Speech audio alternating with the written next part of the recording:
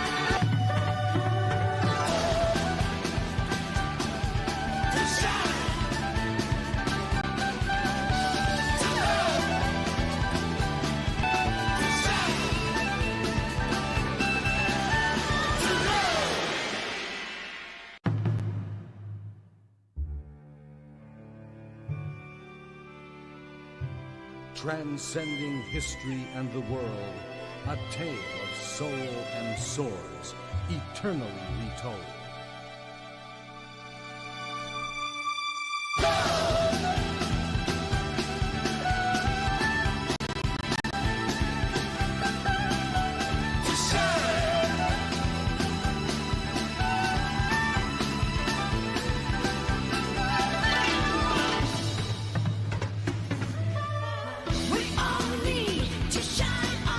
To see how far we've come on a journey.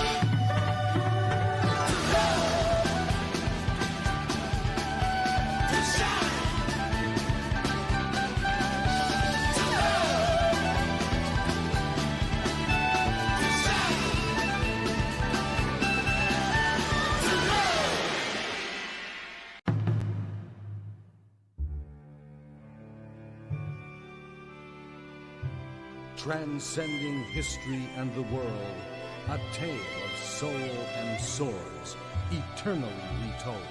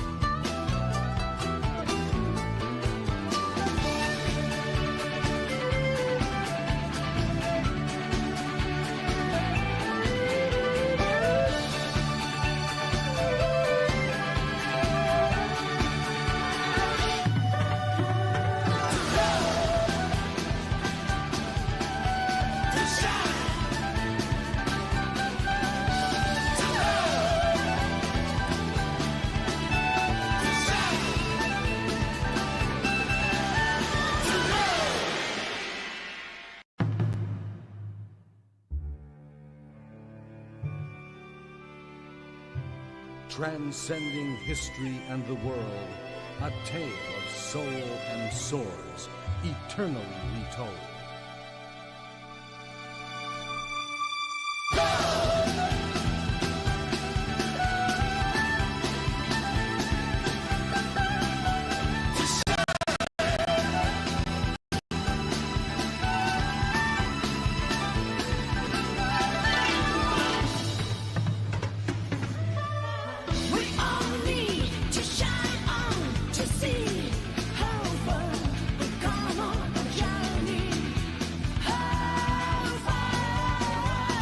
Yeah.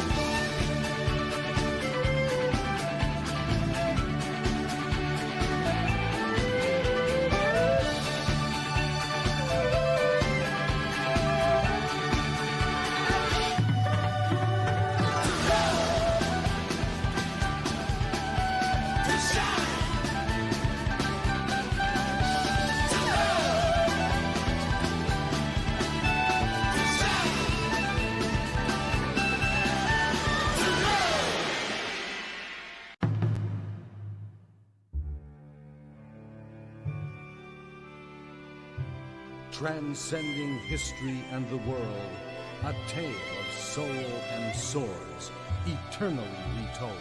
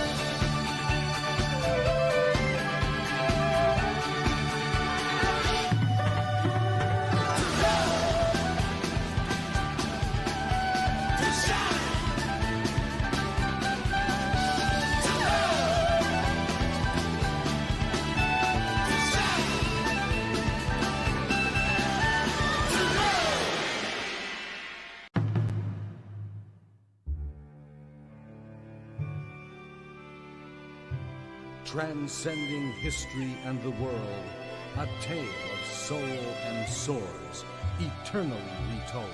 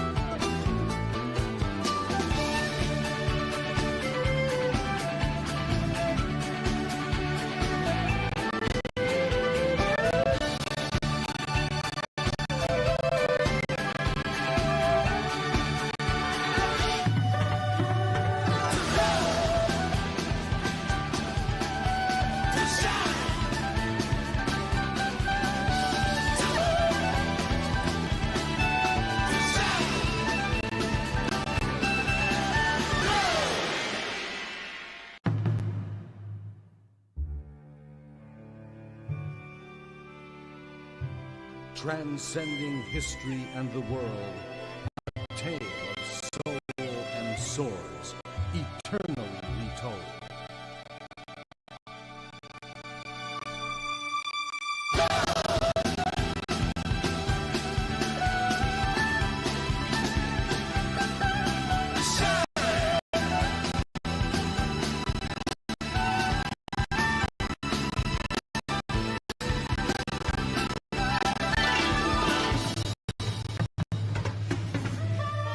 We all need to shine.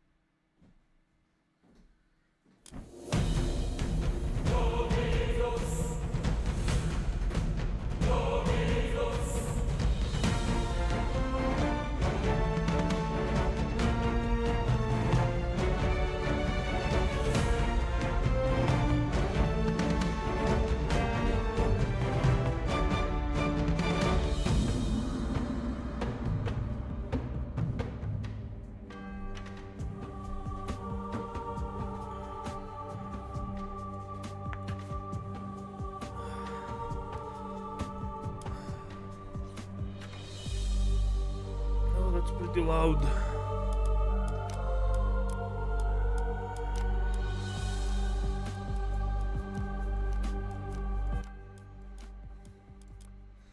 Okay, how are you guys doing?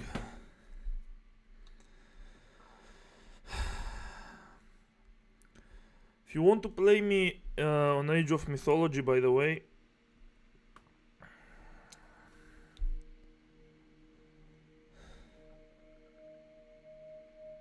it's literally free right now.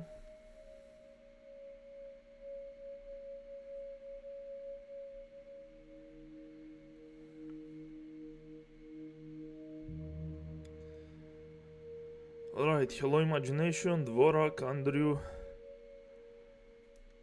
Alright.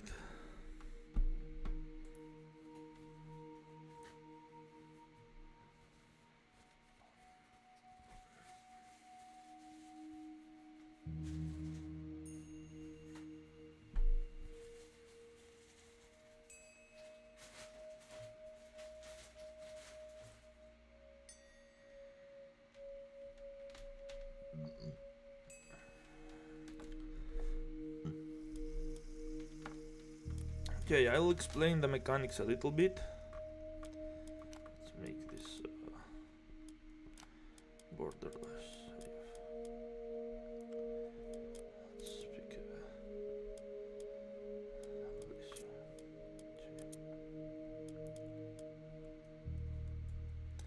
Shut up, dude. Oh my god.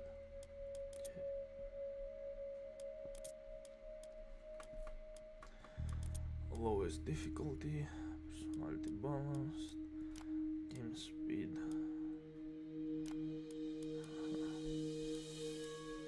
I mean, normally you need to play on slow mode. Damn, the music is still loud, dude.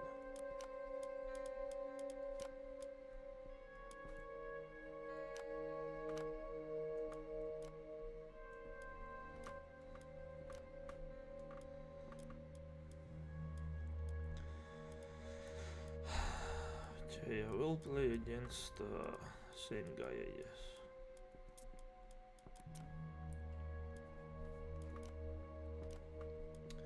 Let's make his personality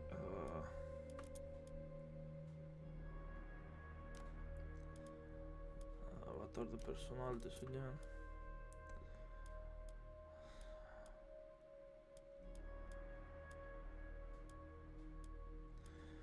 Conqueror, economist.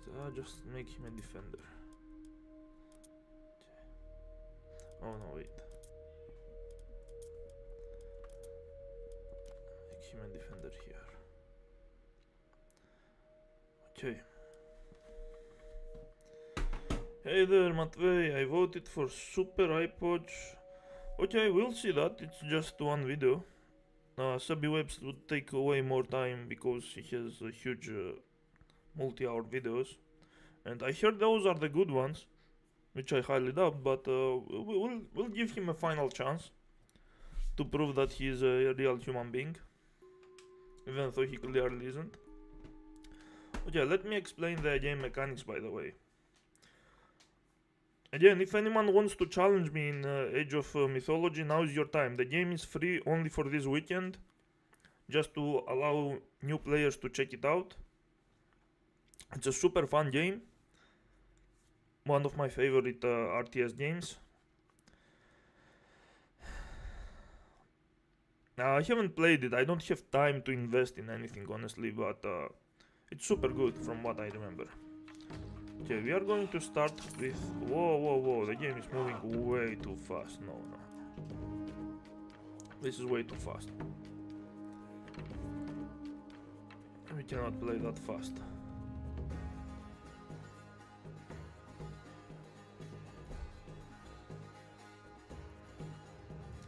Long time no see, everyone. It's like complex Clash of Clans. Kinda, I mean, the great stuff about Age of Mythology is that, like, look at the amount of gods you have. Those are pantheons too, like there is the Greek pantheon, the Egyptian pantheon, the Norse pantheon. You choose anyone you want. Like in the Greek pantheon, you have Zeus, whose focus is infantry and heroes, and he has his own play style with strengths and weaknesses, and he's so much different than the rest of the Greek gods. It's insane. Like every single god plays very differently, and it's a super fun game. Where you have myth units and you cast god powers as well.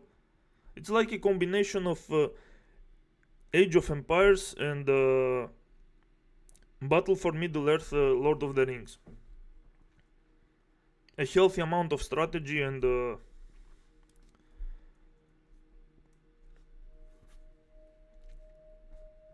fantasy, which is also part of strategy, but it's cool aesthetically. Okay, we are going to do this. We are going to put the speed on slow, and we are going for it.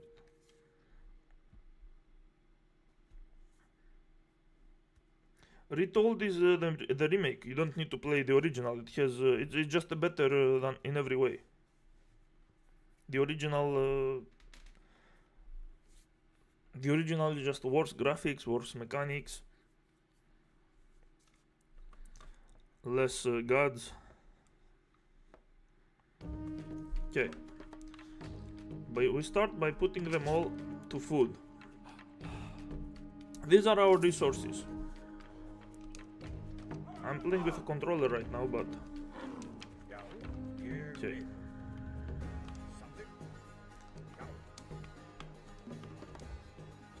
So you start with 3 gatherers. They are your workers.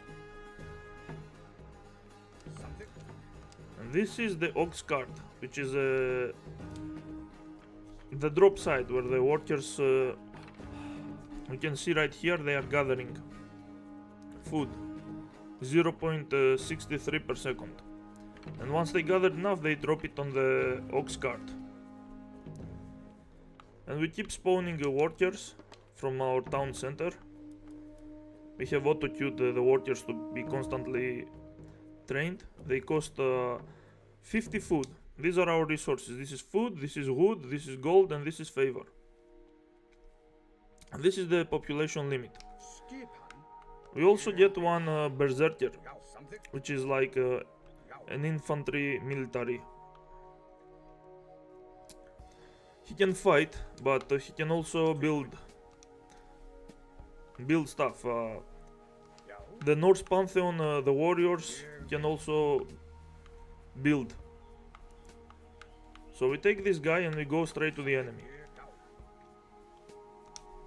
These right here are our god powers. This here, bitch. Spy, target an enemy unit to secretly see what it sees. So we can use this to an enemy unit, and we will always have the vision of its vision as well. So we are kind of spying the enemy when we do that.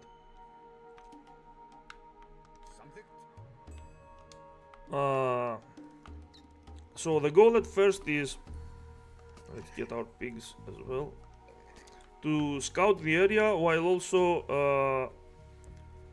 try to have our economy getting. We obviously need some food for to be able to make more gatherers, so we can have even better of an economy, so we can gain the other stuff as well. So the god powers can only be used as long as we see an enemy. Since the map is right here, it's all dark as you can see, and I'm exploring it and revealing it while exploring. You can also find some other interesting stuff on the map, like these pigs that can be used for resources like food. Okay, now let's put it for the gold. Okay, now we know we are at the enemy base because we can see a tower. This is just a sentry tower, it cannot attack unless it gets upgraded. We have those as well. There are 4 around our town center at the beginning of the game. These are animals, these are food sources.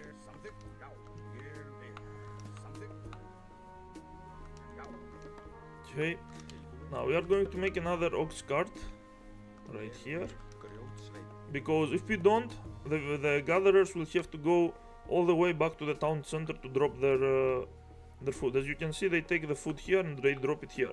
Now this one is going to be taking gold from the gold mine, and instead of going back to the town center, it will be dropping it right here. Also, we'll need someone at the trees to gather some wood as well.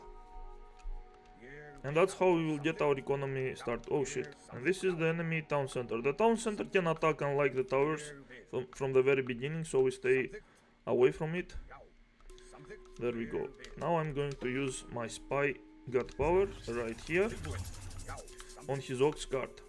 Now we can see everything the ox cart sees, along with our own vision, of course. So it's cool, we can literally see what the enemy is doing as long as the ox cart is there. And the enemy doesn't know where I put the spy.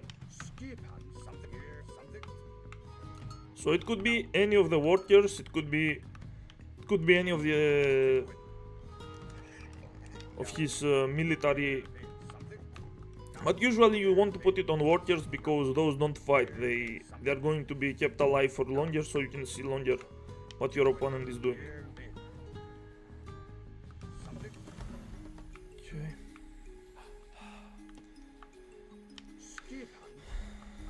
Keep exploring the map.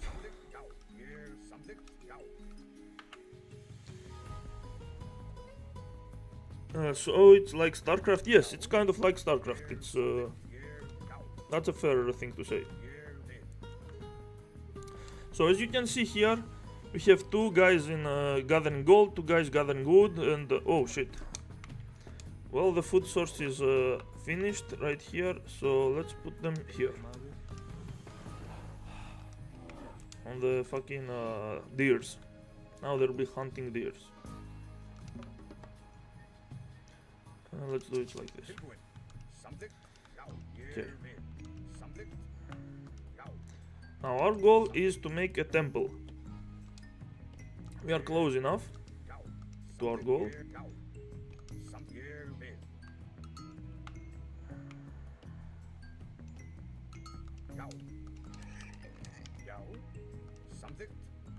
We should make it somewhere here. Okay. Should be here, right? Yeah, let's put it there.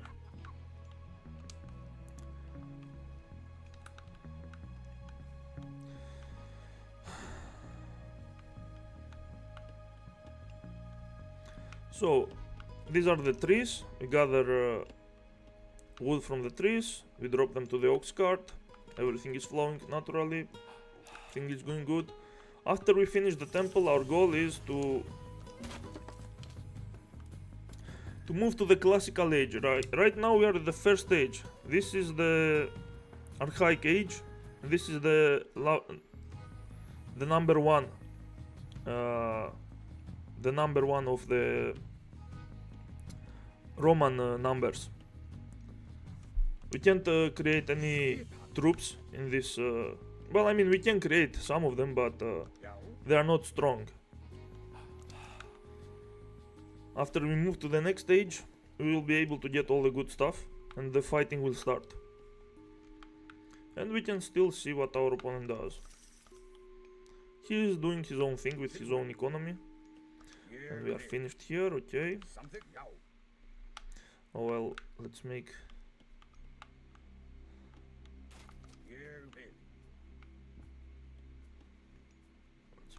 another one of those. This is for the population, okay. Oh shit. So we need 400. There we go.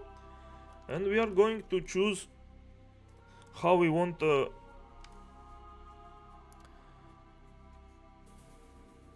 our second age to be. This guy focuses on infantry, this guy focuses on buildings. So by saying focusing on buildings, not just building them, but also destroying the enemy buildings. And we want to finish the game as soon as possible, so we are going with this guy, Heimdall.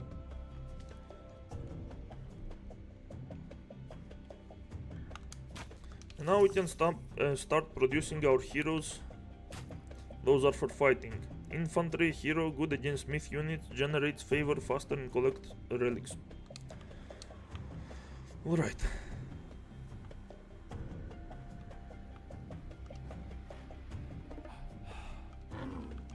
Okay, we need to stop with those. Start producing some dwarves too. They are like gatherers, but they gather gold faster, but they gather everything else slower. Okay, you go right here.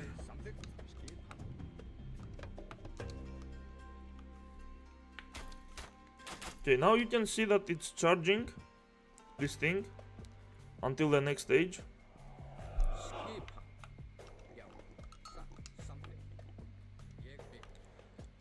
Keep scouting them up.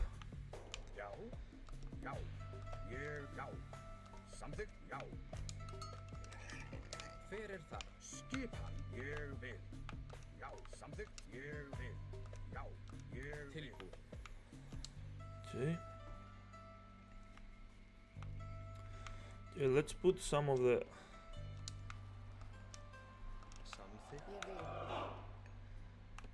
gold.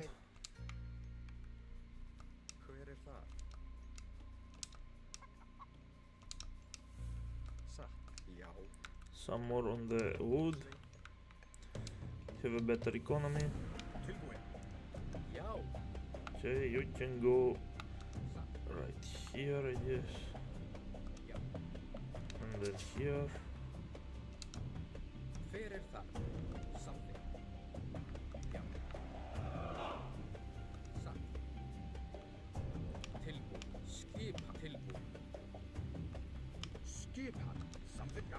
Okay, go here, here, here.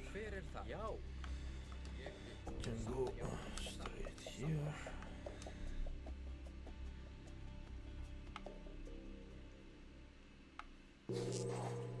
Okay.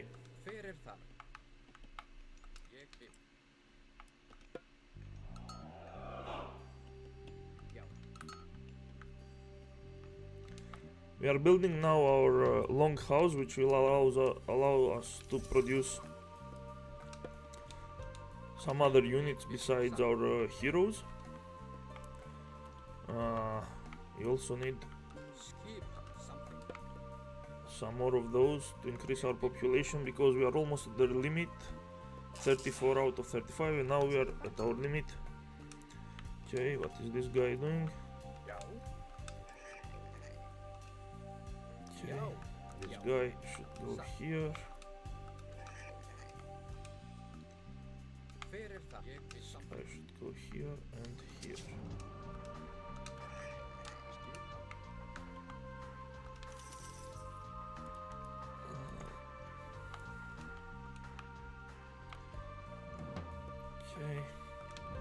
Okay, now we can produce throwing axemen.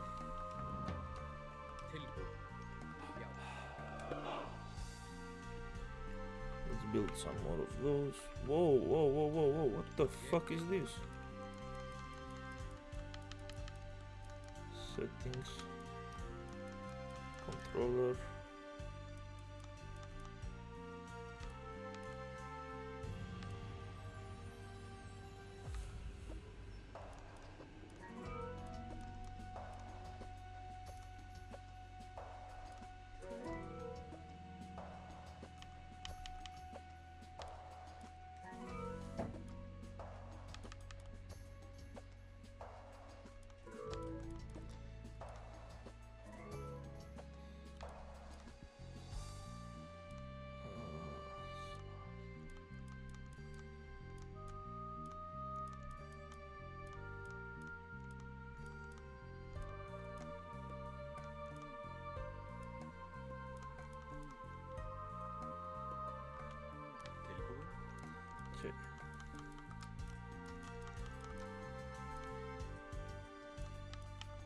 reduce those.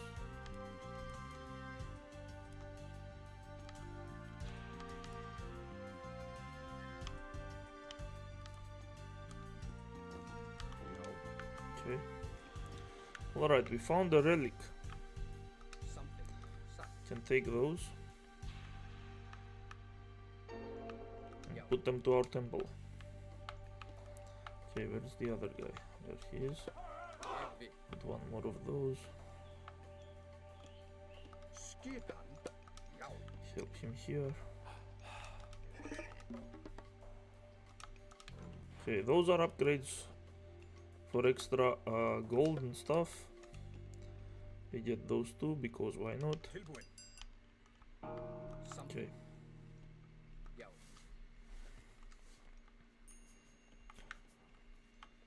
We made sure our opponent is going to play defense, so we don't expect any attacks. We are going to gather an army.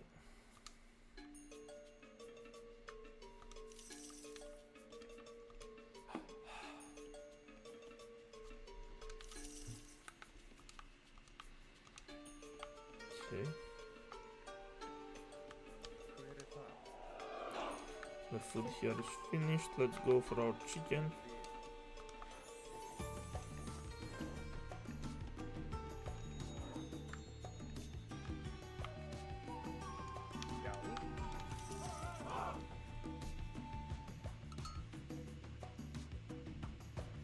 Whoa, that's a lot of comments. Holy shit. Okay, I'll read them after I finish this game, so I need to focus a little bit. That's another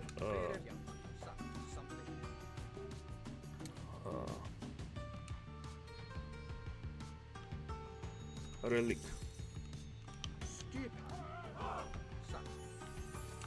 Okay, you keep doing. No, we can't. Okay. We might need some more of that or not. No.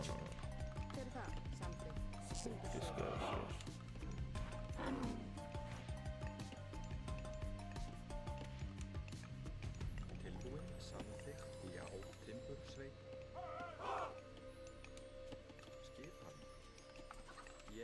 Some more. Okay.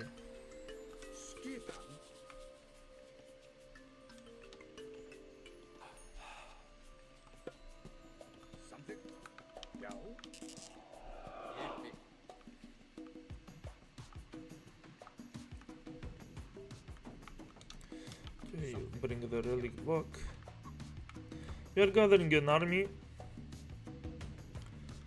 These are the ranged warriors. As you can see, the range is the blue line around them. These are all melee. This is a myth unit. It requires favor.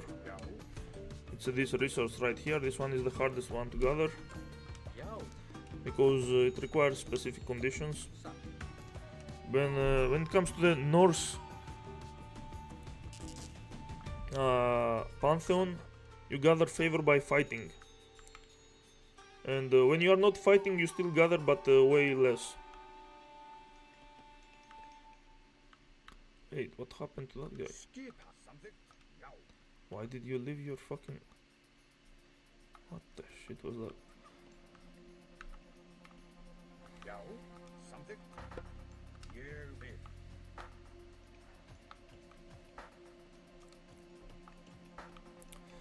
Okay, let's start gathering good road as well. So normally you have to fight the enemy for the resources on the map. Now obviously I'm playing against an easy bot, so don't expect him to do much. So those are the town centers, just like this one I have. Oh shit, I need to... where do we go? Let's get those, I guess.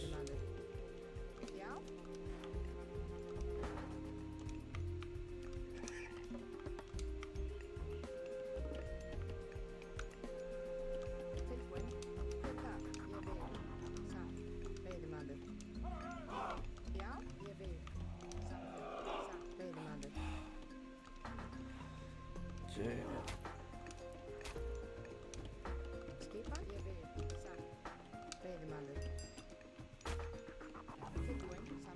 We also did here.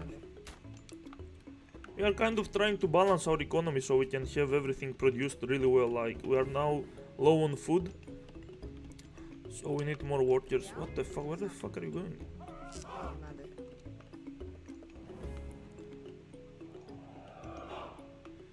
Okay.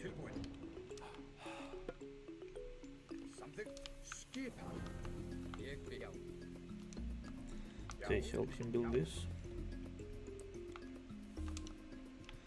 You also try to build this.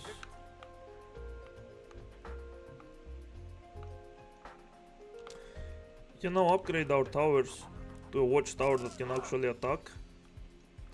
And it has more upgrades as well, but we are not going to get attacked by our opponent, so don't care too much about it right now.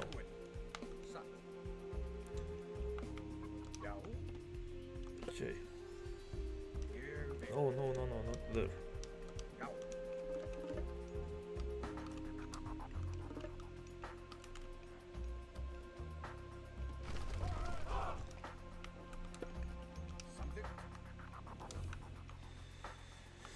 We can also build walls. You mother.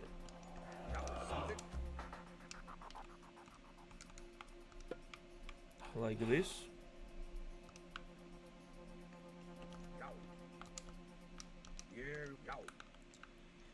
For extra defense.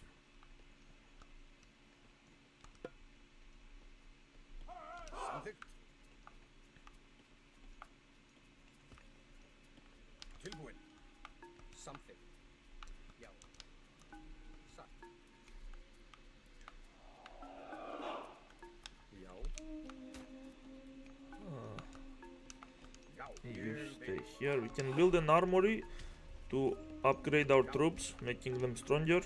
Can also upgrade them. Let me show you with the mouse. So this is how we produce them, and this is an upgrade. Upgrades infantry to medium infantry with more hit points and attack. 10% health, 10% damage, 1 line of sight, and 1 extra rage to the throwing axeman. Now, of course, when I'm playing with a controller, I press the X button while I'm selecting the unit that I want. There we go, there is our opponent. We can see, thanks to the ox cart's vision, thanks to our spy ability. And we also have the passive ability to see what to see everything close to the trees.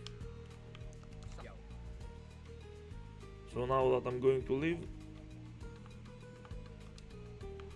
the vision of the trees is also going to fade. Okay, let's create a gate right here. Okay, we got okay, I don't have enough.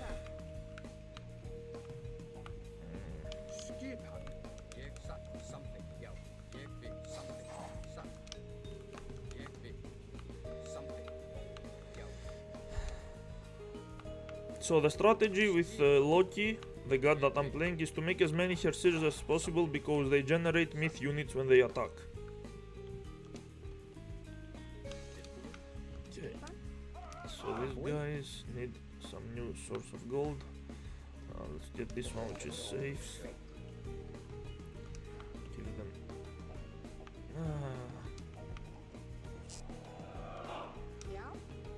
Get these guys here.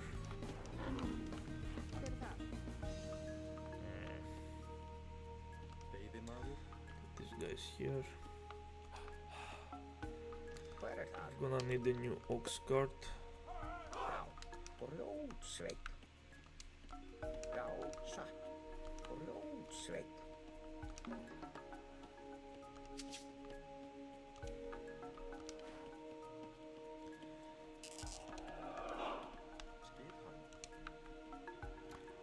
So another cool thing Loki can do is transform any of your workers to Berserker, which is an infantry unit that you can create here. And the transformation happens instantly, and it costs 15 food and 10 gold. Whoa. Oh, the enemy is trying to scout, okay. So he's not playing full defense. Okay. Now we need food here, I guess.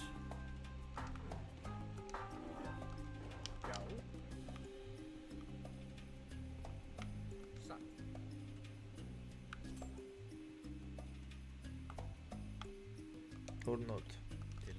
No, actually, get those here.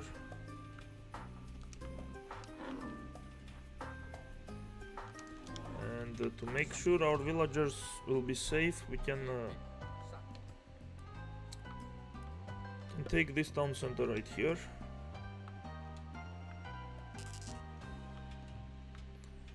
And we should also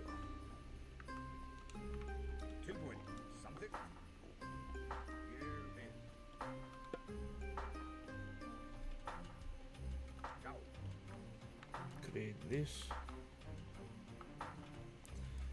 It's still going. Settings, controller.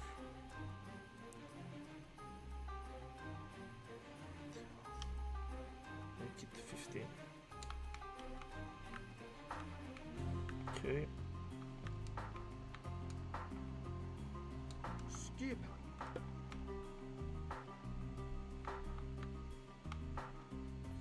Okay. We put all of our troops to work to create a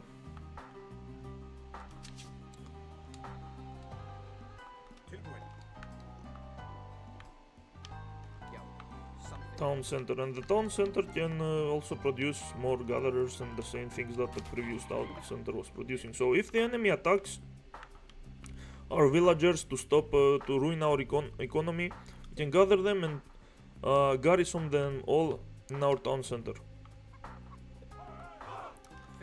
Can also create towers literally anywhere, and you can garrison units in the towers as well, up to 10 units. You can see here 0 out of 10.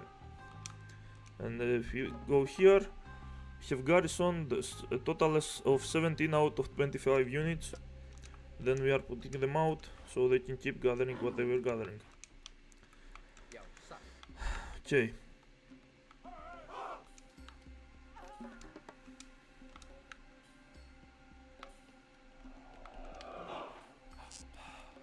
Let's do this.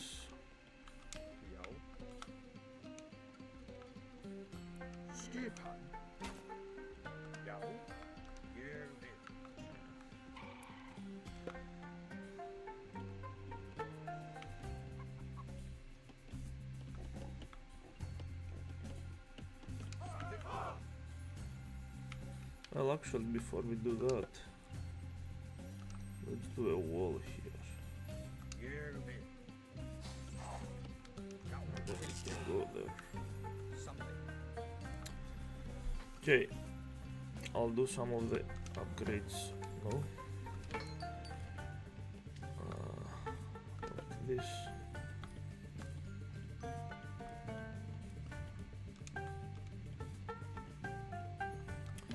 So now we want 800 food and 500 gold if we want to go to the third age, but we have everything we need to win even at this age.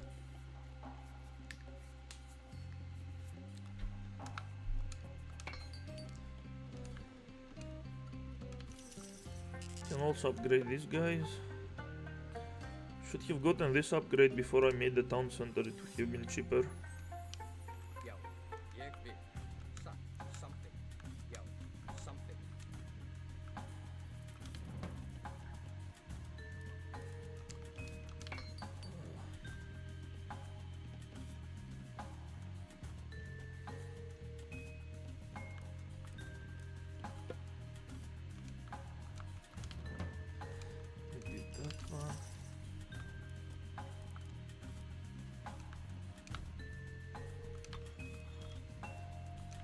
the gate.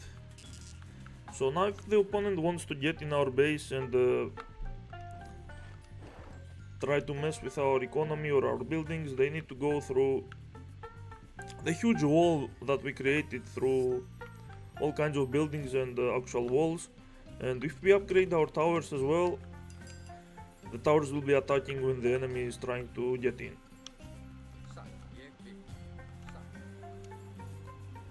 There is still this passage right here, but he would have to come all the way down here, and there is a good chance I'm going to see if he tries to do that. Plus it's going to take him way longer time.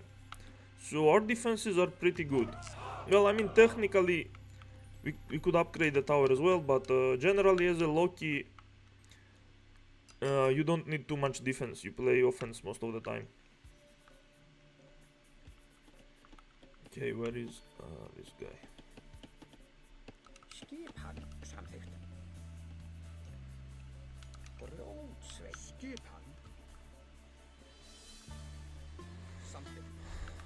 Okay. Food is over here.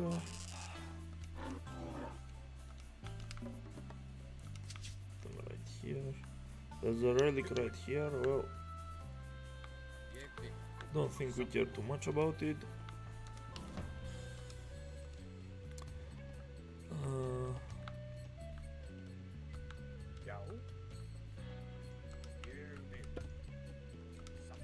Okay, now we have enough to advance to the next stage. Okay, so this one, the reason we want to take this one is because he gives us this god power. Target anywhere on the map to cause the weapons of all of your human soldiers and ships to burst into flame, increase the attack for a short period of time. Okay, you will see why we need this god power. These are our god powers right here. First one is spy. Second one is undermine. Does damage to buildings and instantly destroys towers and walls. And we are going to get our third one in the third age. It's charging the cycle, as you can see. There is a fourth age as well, but we are going to finish the game at the third age. You will see how. Oh shit, he's getting the relic under my nose. So we can see that our opponent is also trying to expand, gain some other resources out of his base. He's building his walls.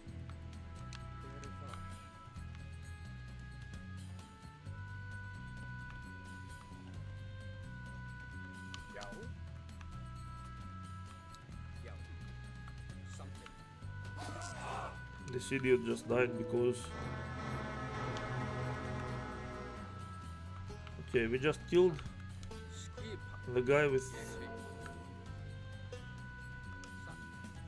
a relic. Might as well take it. If the guy carrying the relic dies, he drops it, and then it can be taken by anyone. And if you destroy the temple, all the relics drop.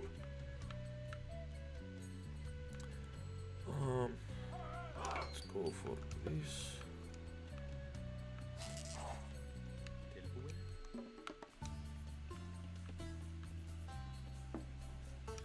Okay. Let's go for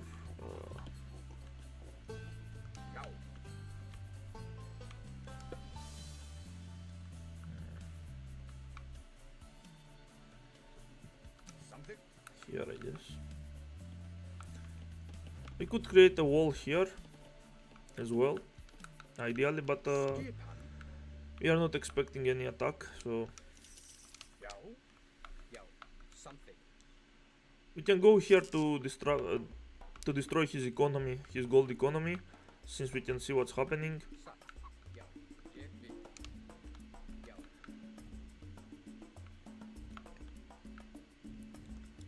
But I'm going to show you the main strategy, the all-out attack.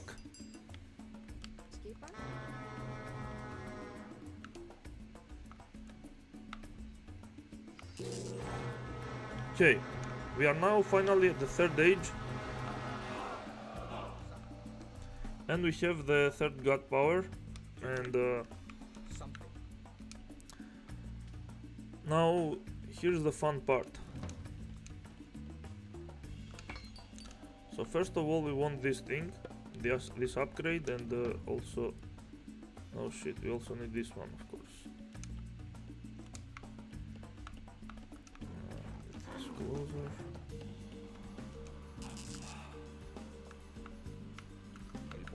Get this guy here.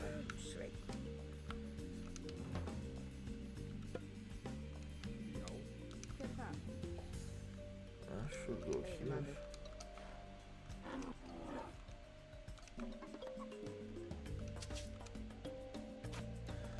So we are going to get this upgrade as well, because we might need this town center as well, since we are gathering food close to it. You can see all of our things that are happening right now up here, like this upgrade, the infantry upgrade, the walls, the buildings upgrade. These things are trying to get trained, but we have a population cap at 180.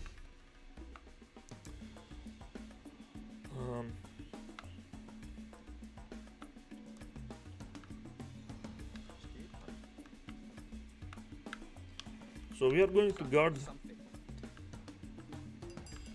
our workers with our troops right now.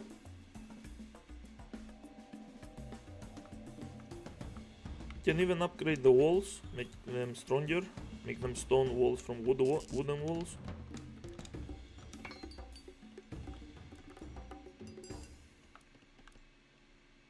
Get this shit as well.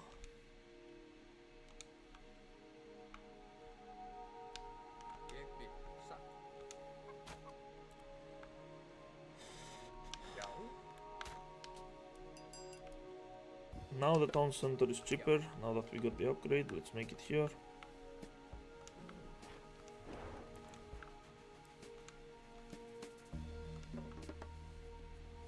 This thing should probably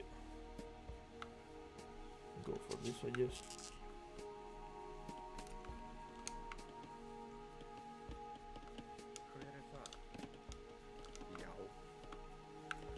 Need more people making gold.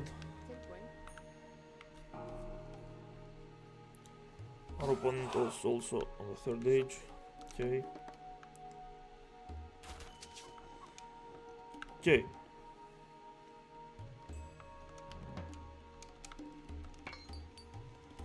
Also need this one.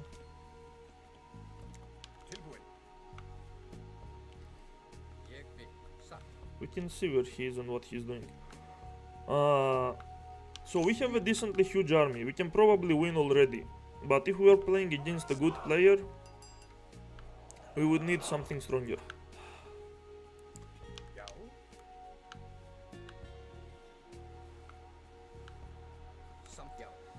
Bring it on here.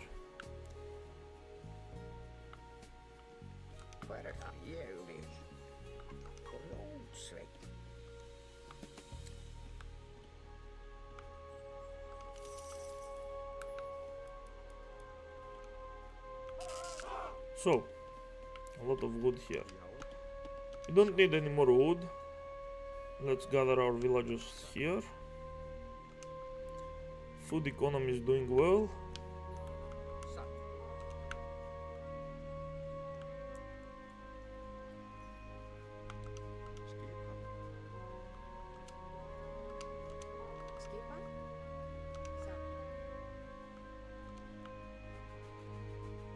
But we don't need any more. Gather them here.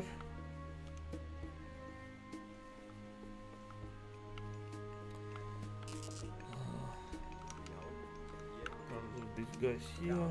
Gather these guys here. So now we can grab all of them and transform them into berserks. This will be set as our first army, 58 guys.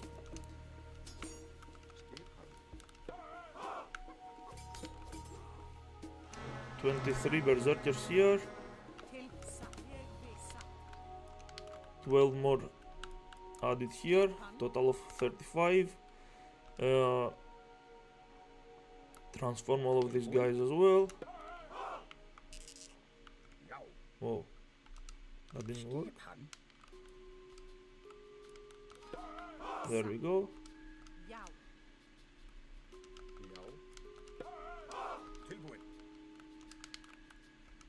There we go. 51 berserkers along with our army. Now we have exceeded the total amount of population limit because we didn't train them normally through buildings, we transformed them. And now we have an insanely huge army of a total of more than 100 people. Now we are going to do an all-out attack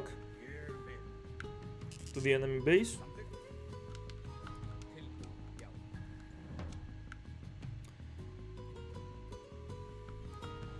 Look at this huge army.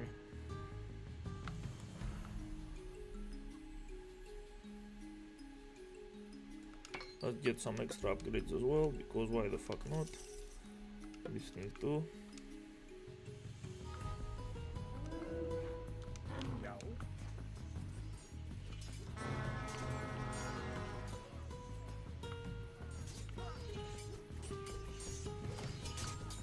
Okay. We might lose those, but it doesn't matter because we still have a huge army here. Okay. He doesn't even have towers. That's insane. So now I'm going to use the flaming weapons to increase the damage of all of our army. Once they are all attacking something.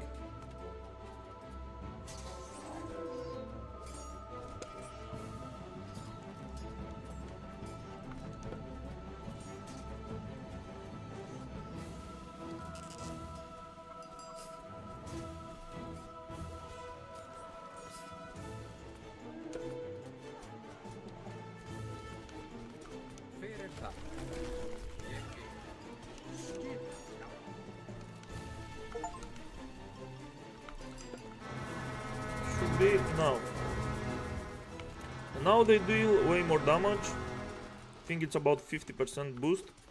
Now everything is going to fall really fast. And if the enemy had also towers and shit, all we had to do is do this, and it immediately destroys towers and does a lot of damage to buildings as well. Keeps going.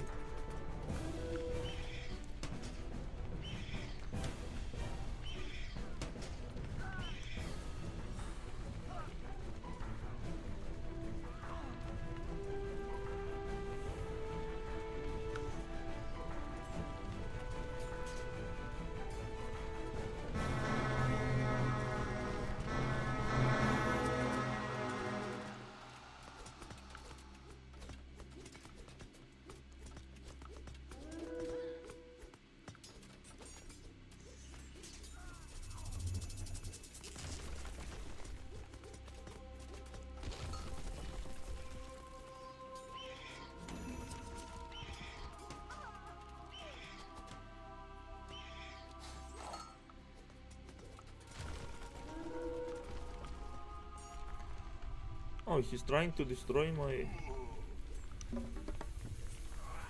town center in the middle. Well, he has no chance because I just ruined everything. His base.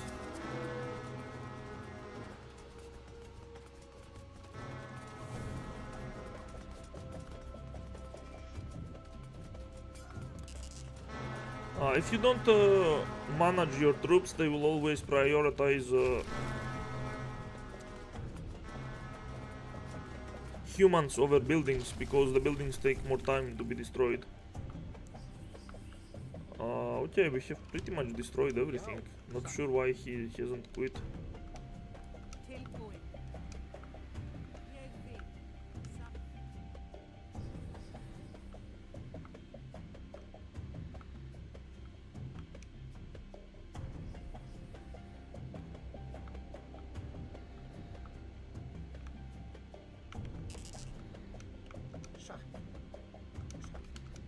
There you go. And the bot surrenders, and we can view the map. The only thing was left the walls. He's trying to build things, but there is no chance. Yeah, he has nothing. He has these trees, walking woods. Okay, this is the total amount of resources of everything we have. That's the difference. You post game. You timeline. We are the blue line. The enemy is the red one.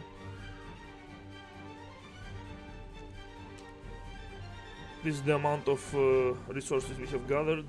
The amount of villagers. That's pretty much the main strategy. Oh.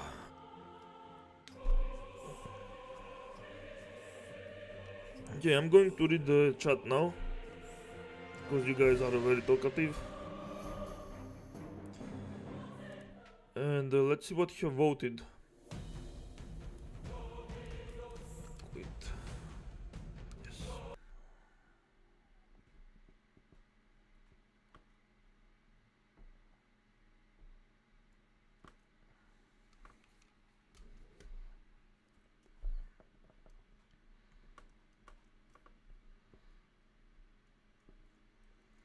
Okay.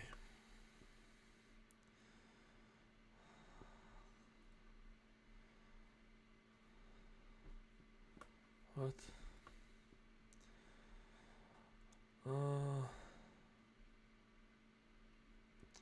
Yeah, I don't need this.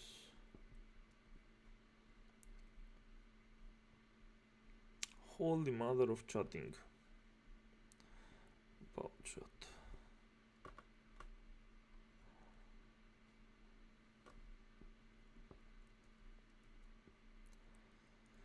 I'll be right back, guys. Don't worry.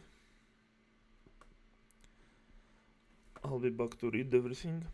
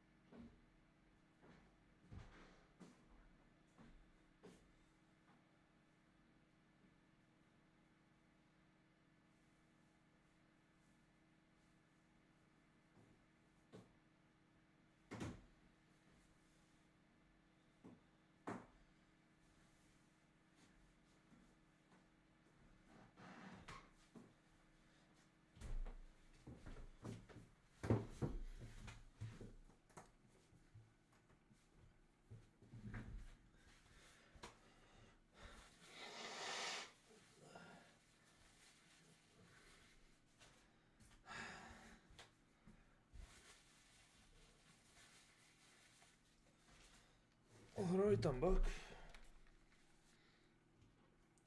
Shit, we need water. Fuck. Oh my god. Haven't bought water.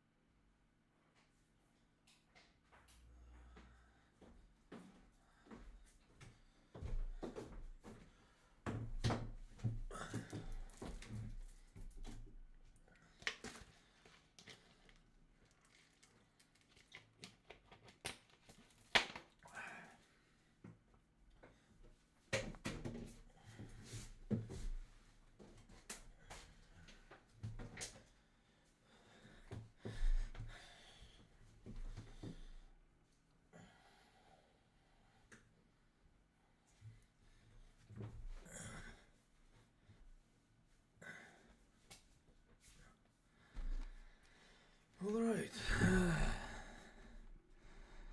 Holy shit.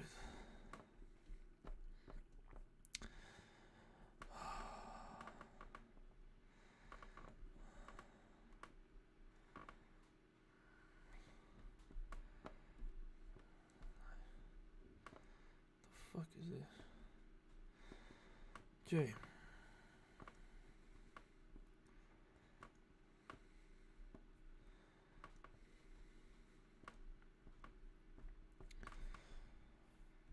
Okay, that's not too many comments.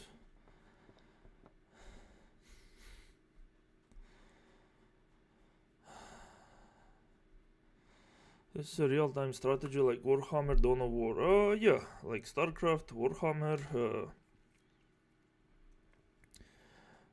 Command and Conquer. You should try those ultra-artistic paradox games. What? What are those? Such games seems like you need to go to university specialized on them. Well, yeah, mastering them is impossible. But that's the point. You're not supposed to master these games, just like chess. You're supposed to keep improving.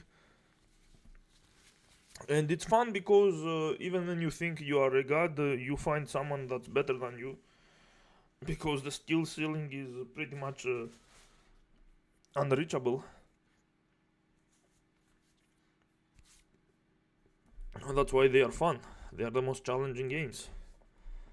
And they allow tons of creativity. The better you become. Like Europa Universalis V or Hearts of Iron 4. Yeah, this franchise are all RTS. Yeah, Mao, I am more of a brain dead FPS kind of guy.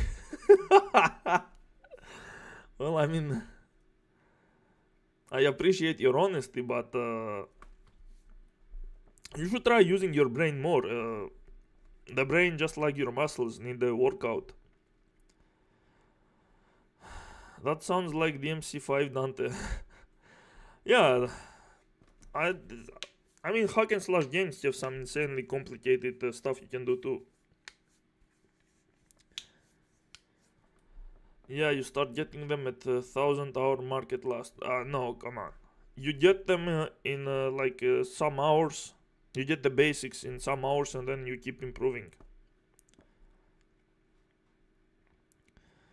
Completed Stephen's sausage roll in 20 hours. For many took 30 and some people call it one of the most difficult puzzle games, but this Age of Mythology type of game seems crazy. I mean, again, I can literally teach you how to get into the RTS genre step by step by making an excellent video that helps you understand the very foundation of the game design, like how it was built, how the very first RTS were built, what the ideas were, so you can understand what they expect from you, I mean, it's kind of like getting into chess. Like, it seems simple to understand the rules, but the things that you can do are like limitless.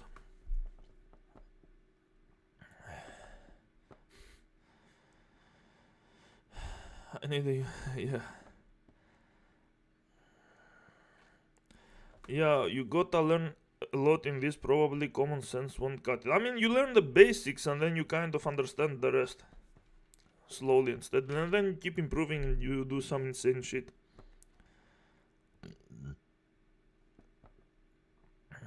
Missed a couple streams. Well, I mean, I only streamed once, I think, this month, right? Because I was way too busy. I would need to like the game a lot in everything else but gameplay to give it so much time. Listen, I don't have enough time to give these games as well, but I still enjoy them because becoming good at one RTS, I mean, they are basic strategy skills. They are carrying on the other RTS games as well, and they are just strategy too.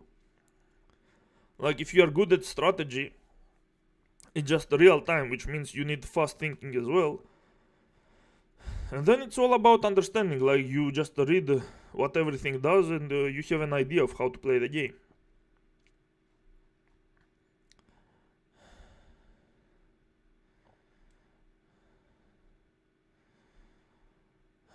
Yeah, I mean, Nero in Devil May Cry 5 also has a lot of stuff, like his extra weapons, his extra arms.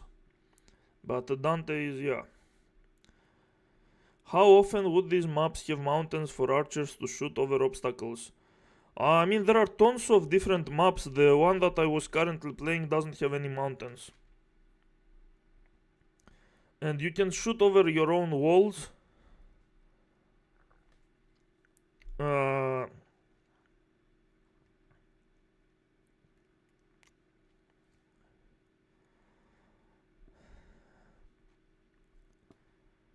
Lol, they have a god name N-word. What?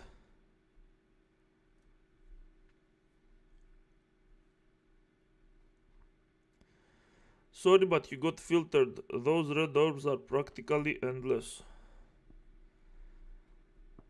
You said it requires university learning but not updating the abilities. Then it doesn't change my argument much. Studying such games as Age of Mythology is such a random order, feels weird. Listen, you need to get into less complicated RTS games. Like Age of Mythology is insane. Even for people that know RTS, like no one is even close to mastering Age of Mythology, okay? Even though it's like a 20-year-old game, the remake changed a lot of stuff and made it even more complex, kind of.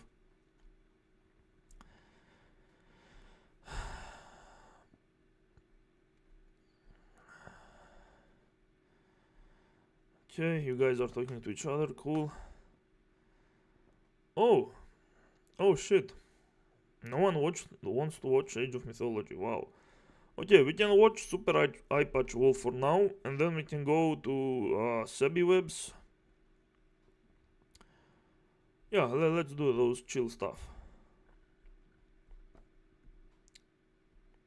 Let's make this a chill stream. Super Eyepatch Wolf. The second Cruelest video game. Okay.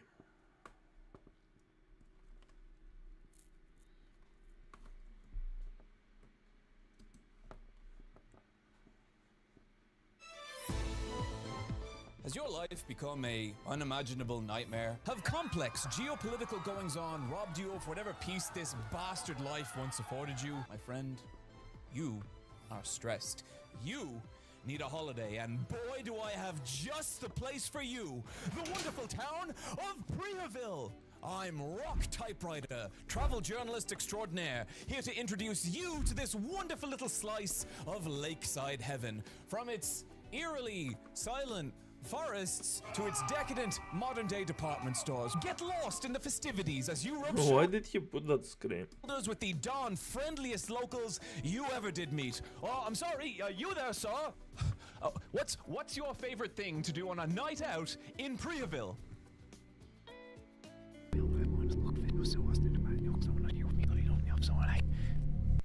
Well, that was strange. Why are you wearing my clothes? And if you book Okay. right now, not only will you receive 15% off, but you can participate in the Termina Festival, a 3-day celebration of the moon god Rare, whose light reveals the madness within us all, for whom the streets will flow red with blood.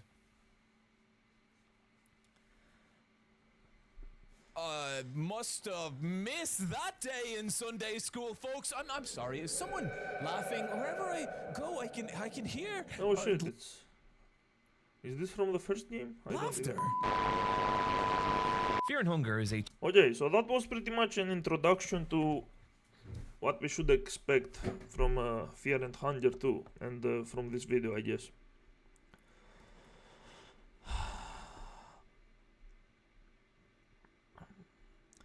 Haha, funny that nobody cares about Age of Mythology. We are all stupid soul starts here. Yeah. Yeah, you should not be proud of that. You should not be laughing about that. Anyway, I can explain the entire genre to its core level. So maybe you will care once you understand it. 2018 turn-based RPG that feels like it hates you, tasking the player with reaching the bottom of the worst place imaginable, a horrifying dungeon of stone, shadow and gore, where possible outcomes include but are not limited to drowning in a toilet, having your skin ripped off by lizard people, being stomped to death by a headless wizard and his giant bull friend, only for the game to then gently whisper to you, you haven't even met the moon dinosaurs yet, and you're like, what? The moon dinosaurs? Fear and Hunger's high difficulty and utter malice could be a reason it languished in relative obscurity for nearly 5 years. Okay, again, people keep misusing the word difficulty. Punishing does not equal difficulty. The game doesn't have insane skill requirement. It just has probably the most punishing I have seen in a video game, because just straight up gives you a game over and you need to restart the game, and it's very different every time you restart it. But it punishes you for retarded reasons, like sometimes you miss a coin toss and you just die. So it's a game that's meant to to screw you over. It's not good. It's not a well designed game. It's just a torture simulator, but it is supposed to be a torture simulator. It sells itself as a torture simulator. Like, Souls games are extremely pretentious. They try to pretend like they are a challenge or some kind of help in a cruel world or some retarded bullshit, but when they are just I mean, I would say they are snore simulators, because they are just boring. Like, this one is an actual torture simulator. Like, the game is constantly attacking you by wasting both your time and also torturing your characters by destroying their skin, their limbs, you can literally get raped in the game and you have like an anus bleeding. And if you cannot digest all of that, you cannot even progress in such a cruel game. And that's why it works. You know, if Souls games were selling themselves as trial and error games, then it would be perfectly fine and no one would be stupid enough to pretend they are skill based. But yeah, anyone who wants a challenging game will not play Fear and Hunger, because there is no real difficulty. That's not a challenging game. Just a game that it's like watching a horror. It's like playing a horror game, but there is no consistent way of beating it. Sometimes you get screwed over, and that's charm. That's part of the charm, because if everything was manageable and expected, you would be able to beat it every time. So you want to experience horrors that won't even give you a chance to actually beat the game. I mean, at least that's what I think. That's why people like Fear and Hunger, because gameplay-wise, mechanically, it's kind of trash. And utter malice could be a reason it languished in relative obscurity for nearly 5 years, before exploding in popularity in 2023. Because of you. To the point that you can now regularly find cute Fear and Hunger fan merch in convention artist alleys. And if you had told me that 3 years ago... Yeah, again, This is another case of a YouTuber taking a game that's actually trash, that no one gives a flying fuck about it, and making it extremely popular. Same thing happened with Souls games, thanks to PewDiePie and I mean mostly PewDiePie, but you know, there were a lot of like Markiplier with Five Nights of Freddy's, which became an insanely huge franchise. This is how it works. If someone is lucky enough to become popular, they can keep milking their franchise, and they will make a lot of money. So it's not about the quality of the product. People who didn't finish Stephen's sausage roll have no authority over me. According to some, only complexity means difficulty. No, it's about how much skill something requires. Something can be very simple, but require insane skill about that simple requirement, that simple thing that it requires, and still be very difficult because of how much skill it requires. Fear and Hunger, the second Cruelest game. What is the first? No, Fear and Hunger 1 is the first Cruelest game. Fear and Hunger 2 is the second Cruelest game because it doesn't punish you nearly as much as the first game, because it's trying to be an actual game. It rewards you for playing well. From what I know, I don't know, I haven't seen the video. But yeah, the first game is just it constantly kills you for no fucking reason. It's a piece of shit game. Fear and Hunger and Thirst.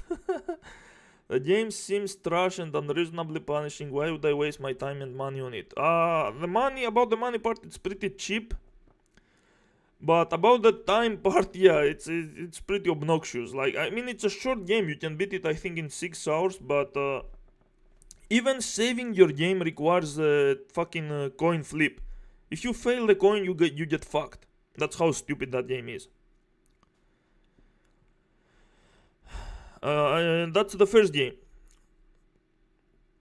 Again, the second game does way better things. Sexual or water.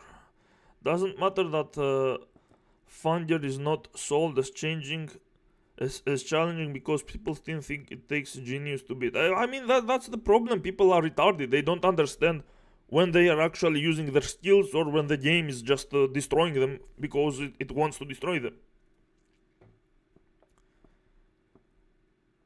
If the game is designed to fucking kill you and destroy you, then that's the game. Like, that's not because you are doing something wrong. Seems like a streaming sort of a game. Yeah. This is the kind of game that you want to either stream by censoring all the dicks and stuff, by the way, because it has lots of rape. Or it's a kind of game that you want to make a video about, like this guy does. And Super Eyepatch Wolf is very good at storytelling. That's why he has so many views. Like, if you watch his first Fear and Hunger video, you will see that his storytelling is pretty fucking cool. He's making a game that is not that interesting. Like, the game has a lot of going on with his theme, with its atmosphere, but he makes it way more interesting than it is with his storytelling. That's why the game managed to probably sell that well, because even though it's a shitty game, he managed to make it 100 times more interesting. And let's see what he does with the second game. And let's see what it is all about, because I don't really know much. Wow, 2026 sounds awesome, leaving you no choice but to stare into the distance and mumble, yeah.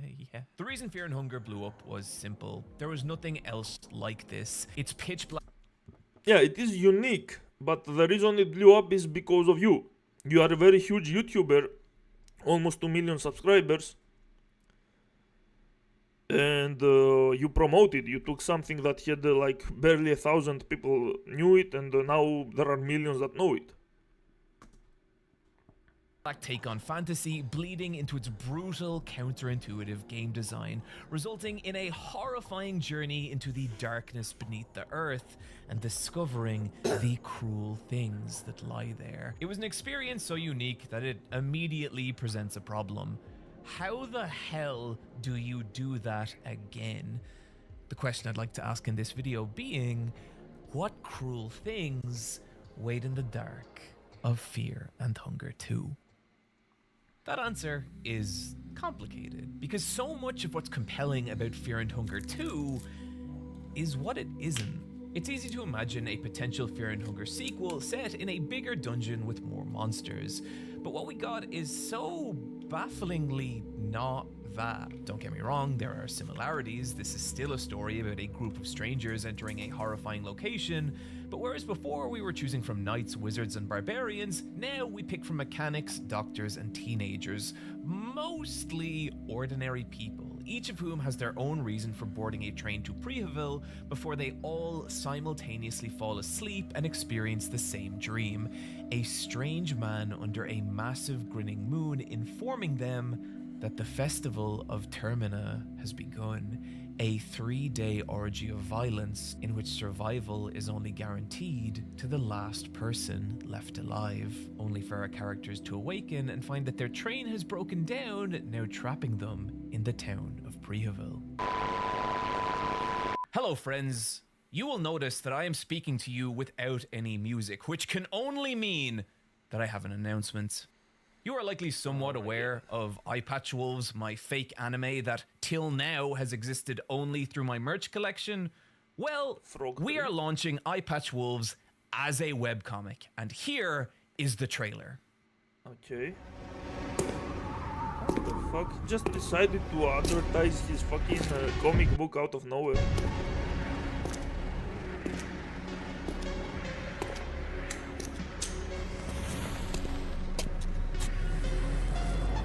I mean, this looks pretty low budget. You ready? Crow.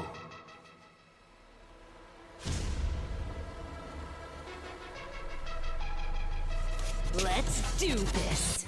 This city gets crazier and crazier.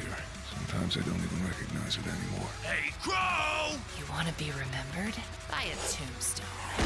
Something's not right, Crow. Wolf, Crow, welcome to tomorrow. Look at me. Look at what you made me. This city is a virus, and I am the vaccine. Stay with me, kid. Just stay with me. You can't run from this, Crow. You're gonna have to face it someday. Okay, Eyepatch Wolves is the name of your fucking comic? Okay, dude.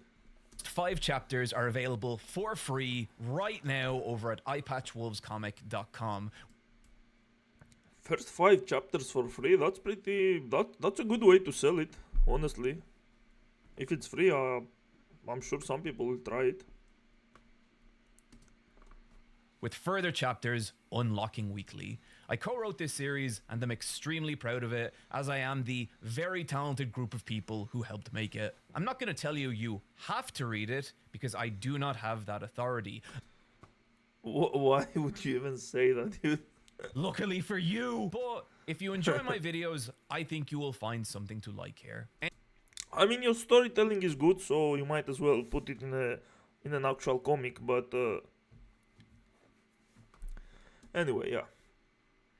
Anyway, that's it. I love you. Thank you for the support. Back to Termina. Also, this might be a good time to mention that Fear and Hunger deals with a lot of very unpleasant... Why is his voice so unstable? I need to constantly turn it up and down. ...material, both... Yeah, the game contains scenes of explicit violence and gore, drug and alcohol use, scenes of self-destructiveness, suicide to self-harm, nudity, themes of depression, mental health, sexual violence, child abuse, and war. Yeah, that's why it's extremely cruel and dark. Yeah, if you cannot digest these things, this game is going to destroy you mentally. I mean, again, I wish the gameplay was better so I can enjoy a dark story, but I cannot enjoy a game that punishes you for existing. And thematically. So if you have any concerns there, maybe check some content warnings. When you take... Okay.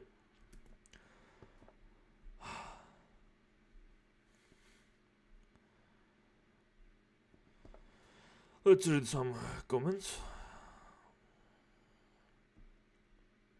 Tons of rape, I'm buying it, even though I'm all in debt. I mean, it's a cheap game, but why would rape be the selling point of the game for you? The fuck?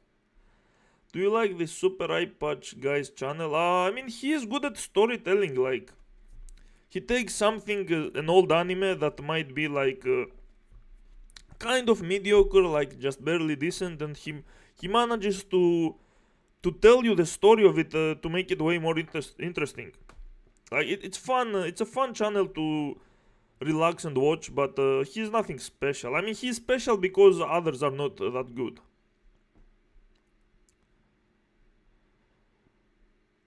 Pretentious, cringe teacher voice he got. Holy shit, he has worse voice than Sebi Webs. Holy fuck hell.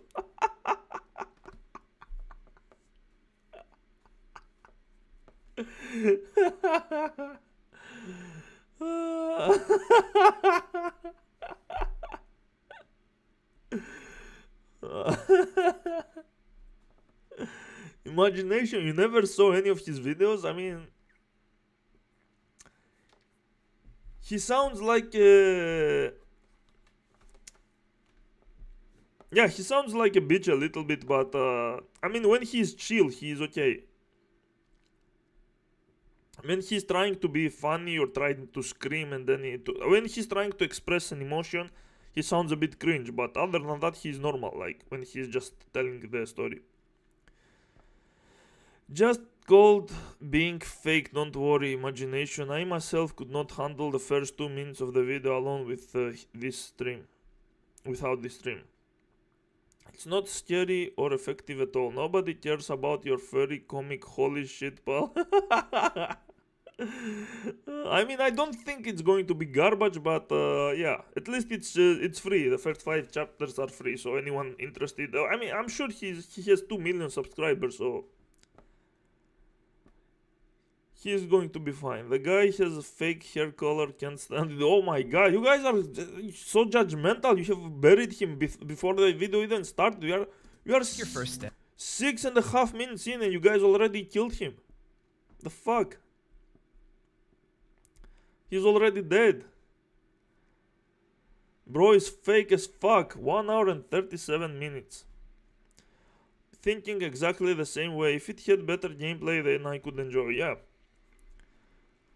Wow. Okay. Let's watch some more. I'm sure once he start talking about the game, it will be more interesting. Steps into Termina's world, it can feel jarring, and not only because of the daylight-filled, wide-open spaces that feel worlds apart from the dark, choked hallways of 1, but also because of the free, immediate, and reusable save bed of the game's tutorial area.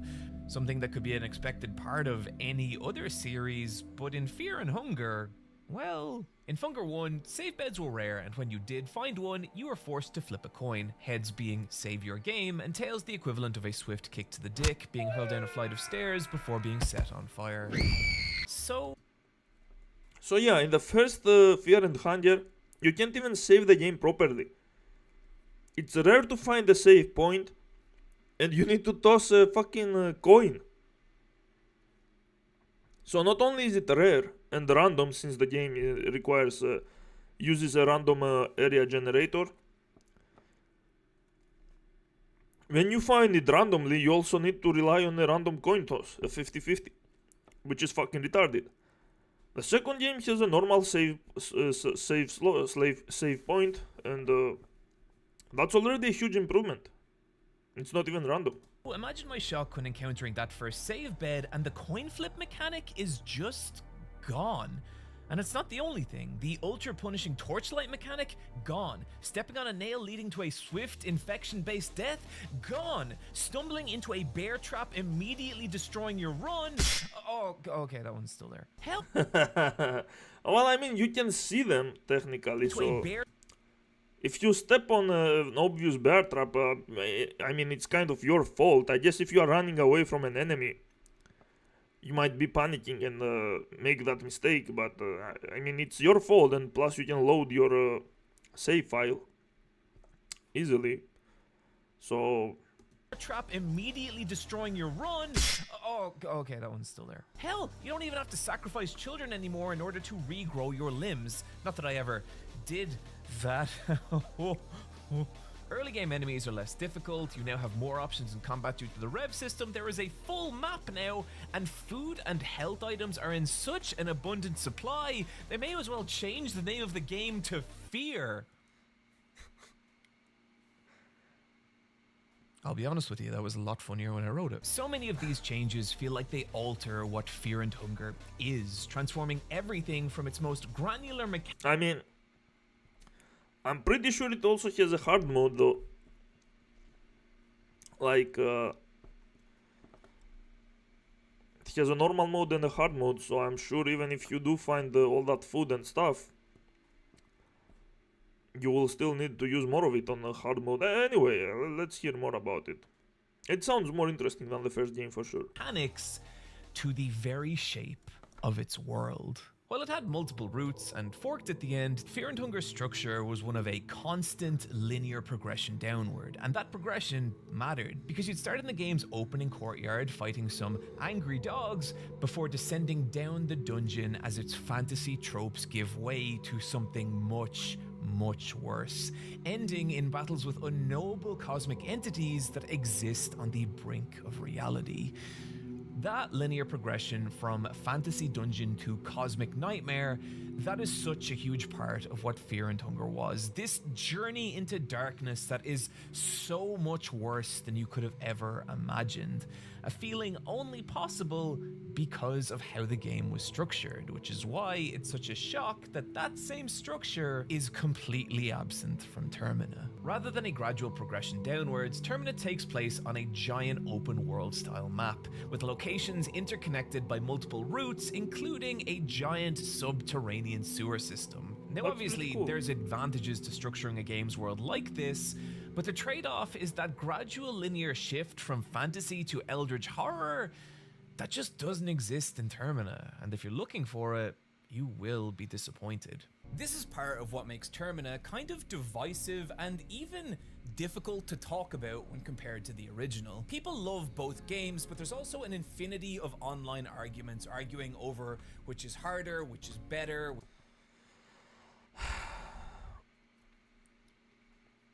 Okay. Harder again is the wrong word, but the first one is clearly the most cruel, the most punishing, but the second one must be better due to mechanics. Well, I guess the themes, the dark themes of the first one should also be higher. I'm sure you guys will be judging the tones of his tattoos, the fucking shirt of his comic book, the fact that he's a furry.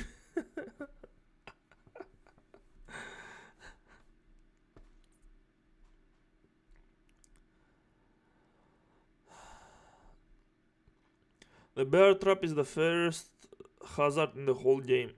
Yeah. 7 minutes and the game is dead. What? Very funny joke about fear.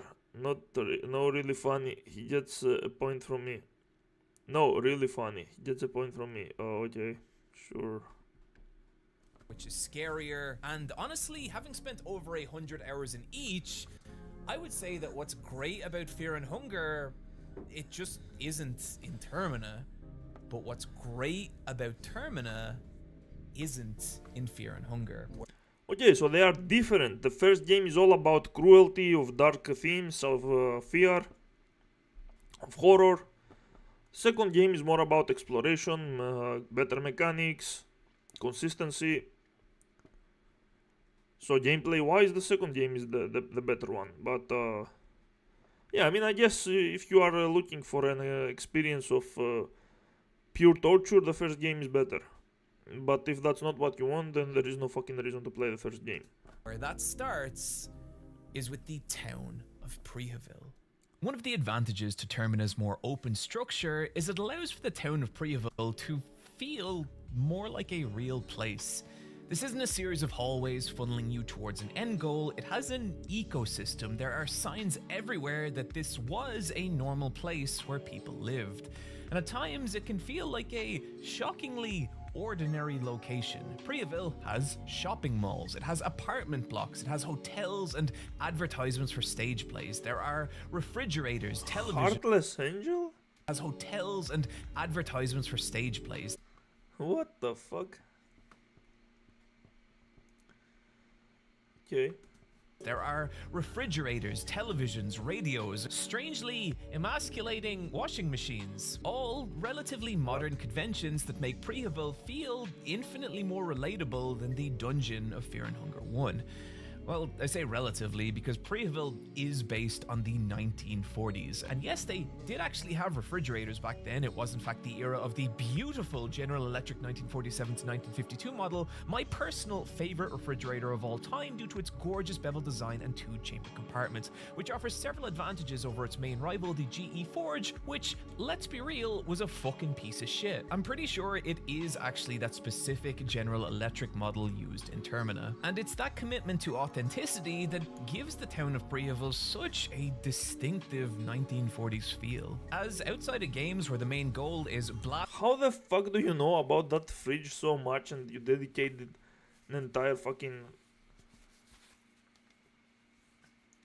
speech about the fucking fridge? blasting Hitler in the bollocks, the 1940s are relatively unexplored territory for video games. But beyond this, what makes Priaville truly special is how it draws from the darkness of this era. The darkness of Fear and Hunger original was something contained, something shrouded in shadow beneath the surface of the earth, inflicting itself only on those foolish enough to enter the dungeon.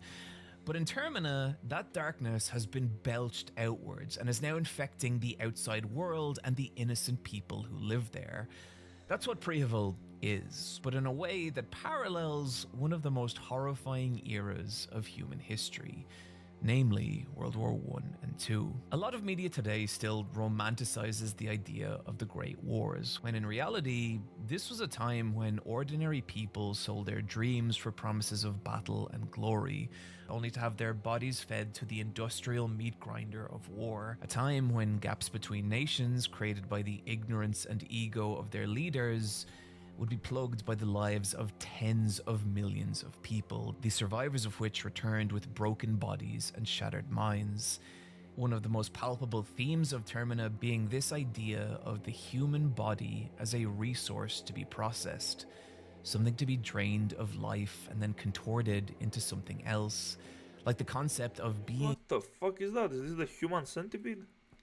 human is merely one stage on a conveyor belt of some horrific industrialized process where hundreds of human lives are compressed into these weaponized abominations of war. The Great Wars are times when human life stopped meaning anything, and that concept is repeated over and over throughout Priaville, in the mountains of dead bodies crammed into the trenches of its nightmare realm, or the thousands of limbs protruding from its massive and terrifying wooden structures.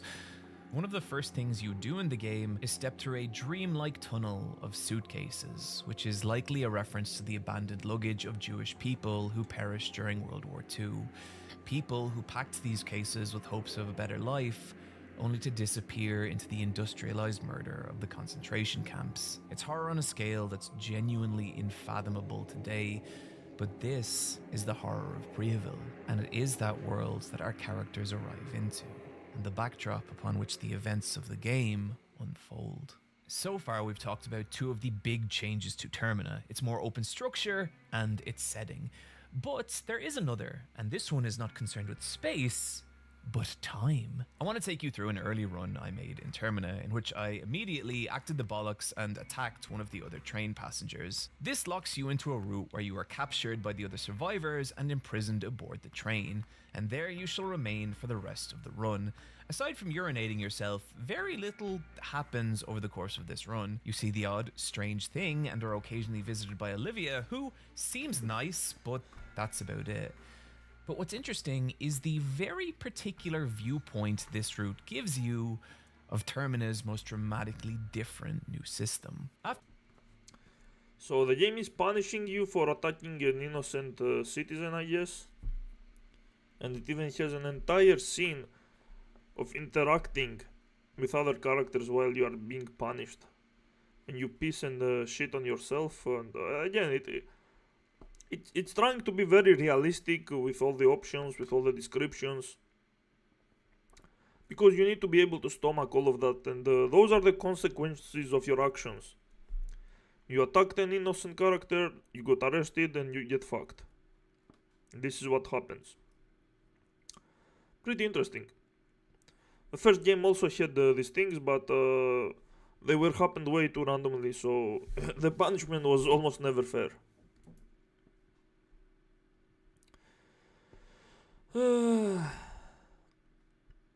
Silent Hill 1 best track, Clawfinger plus another point.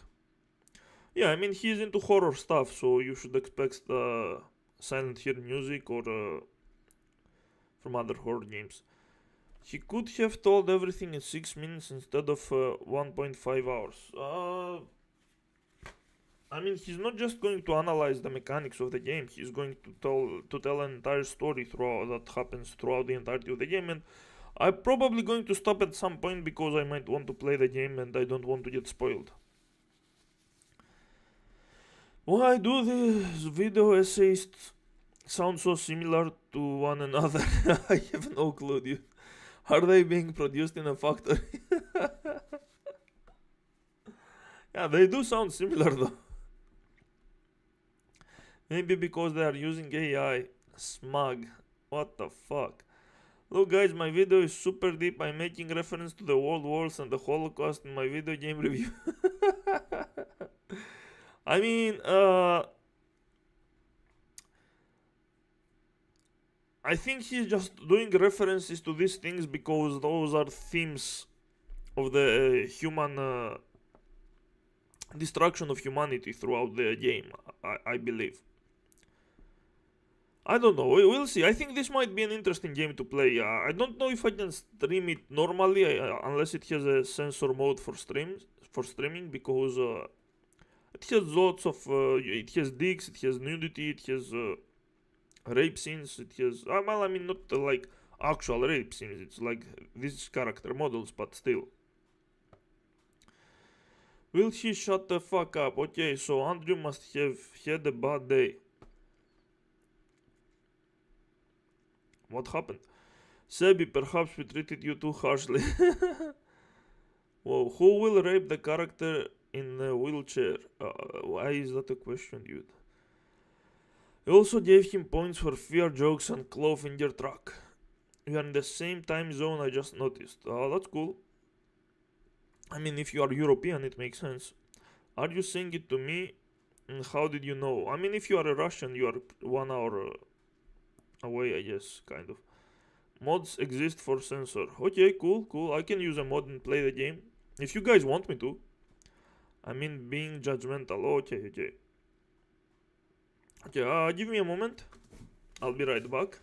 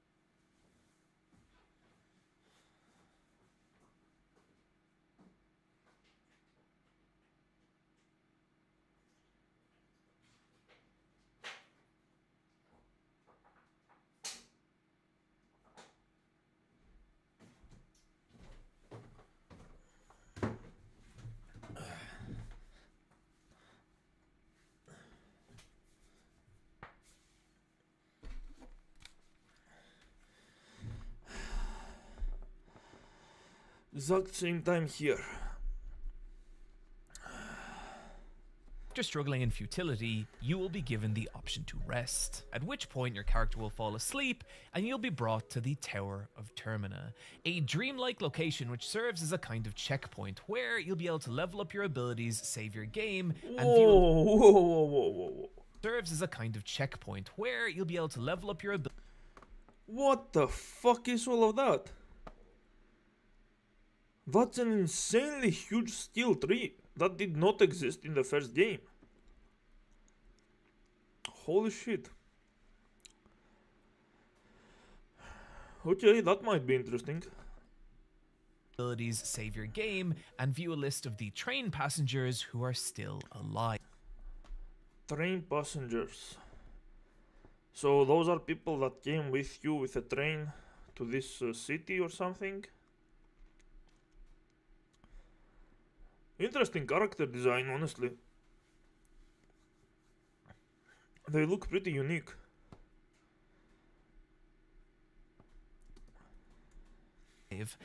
However, the real function of resting is to move time forward. As mentioned, the Festival of Termina. Oh, there is time management as well?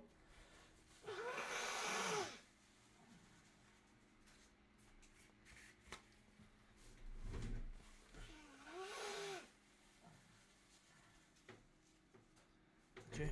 Takes place over 3 days, and each day is divided into morning, afternoon, and evening. Okay, so the entire game is 3 days. And each day has 3 stages. Okay. Resting being the only way to advance from one time period to the next. Does resting like restore your health and the mana and all this stuff? Like, okay, I'm sure he'll explain. Until the night of day 3, where something very bad happens, but I'm sure that won't have horrifying ramifications later on or anything. This changes things because what it teaches you is that there is actually a cost to saving your game. Okay, so there is a cost to saving your game. You don't just rest. You rest and time is passing. Which means you want to do as much things as possible before resting, so you are more prepared. Okay, so you might have to restart the game a couple of times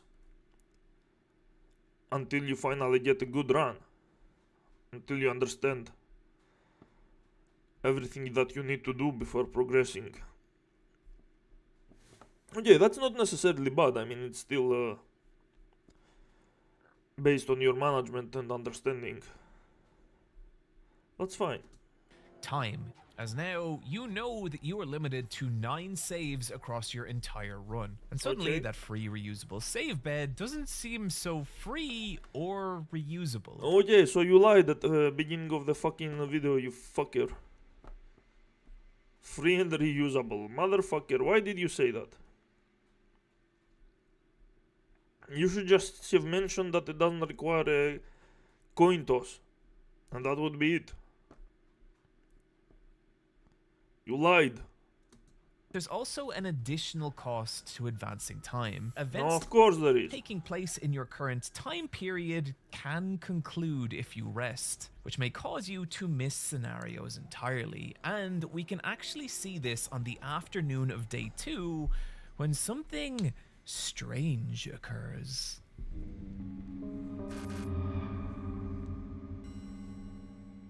Two other train passengers, Marco and Tanaka, die. Okay. So I guess there are different endings and stuff, and you won't even reach the final day. Okay, that's interesting. It's cool to see all the options.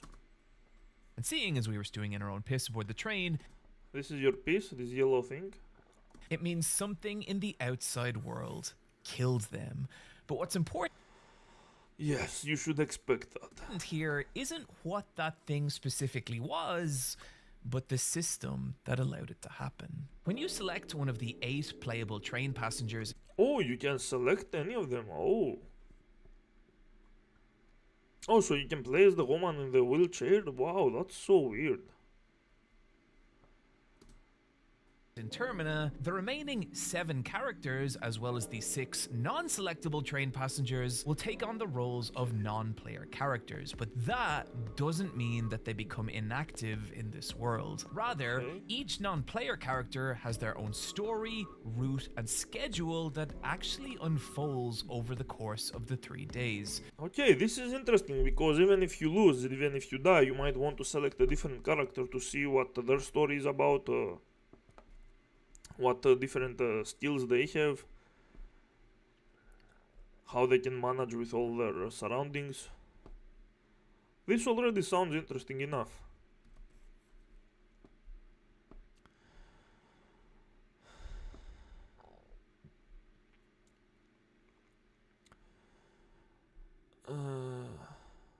Fear and Hunger is more difficult and complex than Age of Mythology. What? Are you fucking retarded? This is not about difficulty or complexity, it's about themes, it's about storytelling, it's about options, some RPG mechanics. This is not a hard game. It's a cruel game, punishing, scary maybe, disturbing for sure. It's not about difficulty and complexity, you dumb fuck. Stop being a fucking retard. Fear and Hunger 1 had skill tree just smaller and many useless abilities. Oh, I don't even remember it. I don't think I played it that much because it was very annoying. Seems a waste of time to constantly restart. Well, I mean, there are different things, there are many changes. Different story, different interactions, but I mean, if you want a constant linear progression, then yeah, might be a waste of time for you. Think most of the time you see new events, but of course, like in Souls games, you can just keep starting new game and selecting a different class or different starting gift. Yeah, but that doesn't really change anything. You still play the dodge roll simulator with barely different stats. In Souls games, the interactions pretty much the same every time. Like there is no different playstyle. It's always a dodge roll simulator.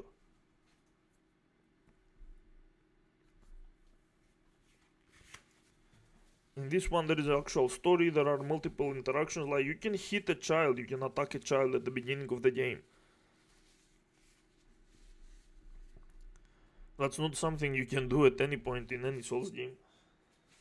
I mean, you can probably kill everything in Souls games, but there is nothing. You just gain souls from it, and you get punished only if the character was going to give you something. It's not like the entire town has interactions with every single one of your actions. Anyway, let's hear more about it. Holy shit, you guys voted for the fucking savior. Wow.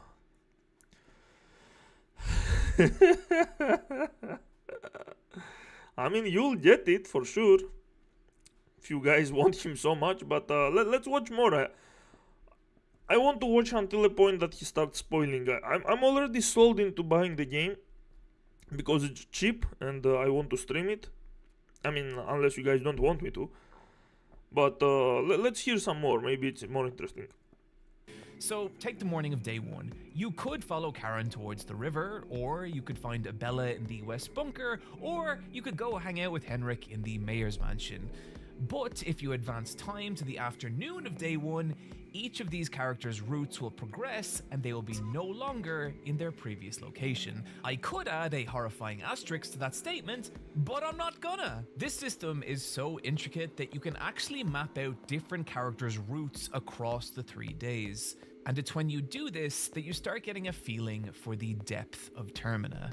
Take, for example, if we don't select Levi. On the morning of day 1, Levi will immediately disappear from the train, and this is because he has traveled north towards the Priehaville outskirts, where we can find him in the basement of the large house. We can't interact with Levi here, and he just runs from us, and from what I can tell, travels through Termina's sewer system, where a doppelganger may steal his form, don't worry about that, before Levi arrives at central Priehaville. where he is overcome with withdrawal from his drug addiction and collapses in the basement of the restaurant near the Great Steps. And this is how he spends the afternoon of day 1, until the evening of day 1, when he'll venture back out into the streets of Priaville, heading west through its back alleys, and unfortunately here, he'll encounter Caligora. Caligora is another train passenger and deeply unpleasant individual who can appear pantsless before you if you sleep at the wrong bed at the wrong time, but being a sex creep... What the fuck? is not quite enough for Caligora, and he's also taken to murdering other train passengers, now cornering Levi before bashing the little child soldier's brains in. Because Levi is now dead, this marks the end of his route through Termina. And so, Levi's route goes like this. He flees to the village outskirts on the morning of day 1, before making his way to central Priaville on the afternoon of day 1, which is where we find him in the restaurant, before venturing back out that evening, where he will be attacked and killed by Caligora. That is Levi's path through Termina. But here's the thing, we can actually alter Levi's route by interfering at different points of his story. So say we find him collapsed from withdrawal on the afternoon of day 1. If we have the heroin item, we could trade it to Levi and recruit him into our party. You literally give him heroin to recruit him. What the fuck? You give heroin to a junkie to recruit him to your party. Why the fuck would you want a junkie in your party? And why would you incentivize him to use more drugs?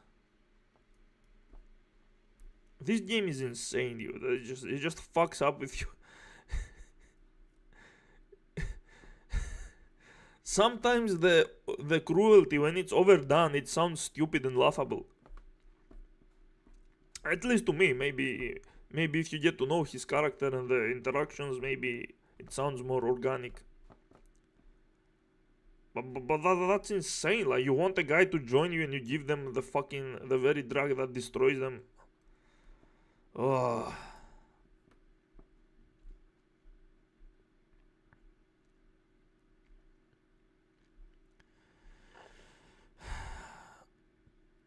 Sue is the last new and he has intelligence, complex stupidity,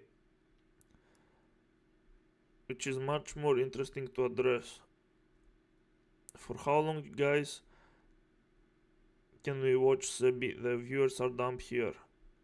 I mean, we are going to watch his good videos, the ones that he actually criticized the games.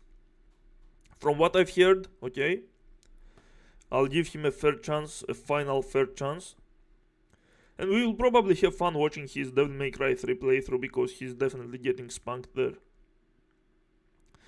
Sebi Webs probably streams pantless, you never really see his lower body. Is it connected to what? Sebi must be Coco Melon for adults. Okay. And if you think taking advantage of a former child soldier's drug addiction to bend him to our will is the worst... he's a former child soldier too, like... What the fuck? Thing we're going to... I mean, I've heard about people getting addicted to drugs in the army because sometimes they get abused, they never wanted to be there in the first place, fucked up things happen. The army can really fuck you up in many ways, especially if you're stuck with pieces of shit. Doing this video, I have some terrible news for you. What this means is that in this timeline, Levi, now with us, will not be present in the Priaville back alleys that evening, meaning Caligora cannot turn his brains to strawberry jam. But there's also another way we could alter this event. Like, instead, we could choose to track down Caligora before the evening of day 1 and murder this pantsless dipshit ourselves. And because of death, he will no longer be present to hurt Levi that night in the back alleys. Or we could just show up in the back alleys that night and stop Caligora there and then. But what's kind of insane is what can happen from here. Say we save Levi but fail to recruit him into our party. In this scenario, on the evening of day 2, Levi will travel north to the Priaville orphanage where he was raised. This is a very dark location that I will explain with a single image, and your brain will fill in the rest.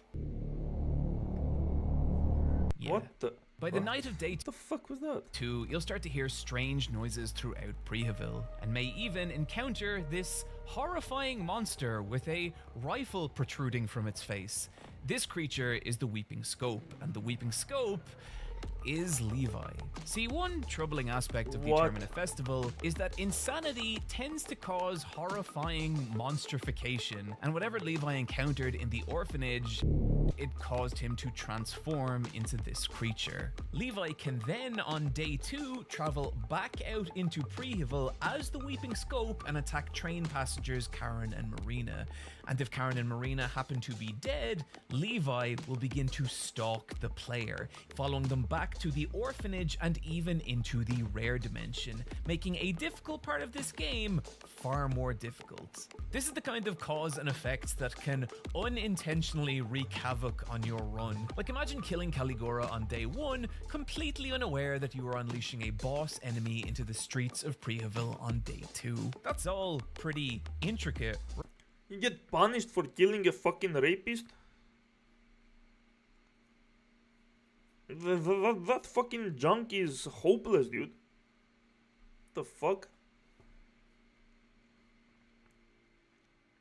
He either overdoses on drugs or get killed by the rapist or becomes a monster. Like, well, what kind of life is that? Right? Well, multiply everything we just said by 13 other characters, all of whom have their own routes and scenarios that you can interfere in, with potentially disastrous consequences from those decisions, and you begin to get a sense for the insane little clockwork world that is Termina. That's cool, honestly. That's pretty interesting. The stories with the interactions, with what they become, how they become. I think that's kind of interesting for a low budget game.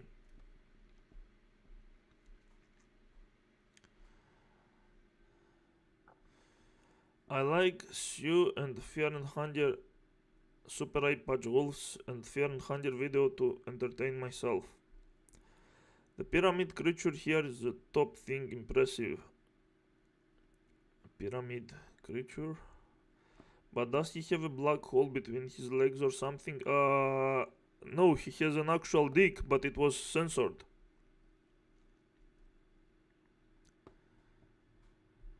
All these characters are fucking... There are lots of dicks in the game, okay? And you can see them, but he obviously censors them for YouTube. I'm hoping by now you're starting to get a sense of how fundamentally different Termina is from Fear and Hunger. Okay, I think Termina is better than the first game because not only because of the mechanics, but because it has actual psychological horror. The first game does it too, but the second game is trying to get you invested in characters and stories, and then shows you how fucked up they can become in different ways. The first game is just monsters that are brutally butt-raping your characters, or do other fucked up shit on your characters. This one is genuinely more interesting. This is a smarter game in many ways. This is an upgrade. So yeah, the second game is better. Pretty easy to tell. And I think that difference is a big part of the reason that players of the first game tend to be a little reluctant to get into the second. Because the idea of a game that difficult spread across 14 characters and 19 time periods, that is a lot. But personally, I think the reason that Termina is more forgiving in some of its individual mechanics is to balance out the increased complexity of its map and time system. Well,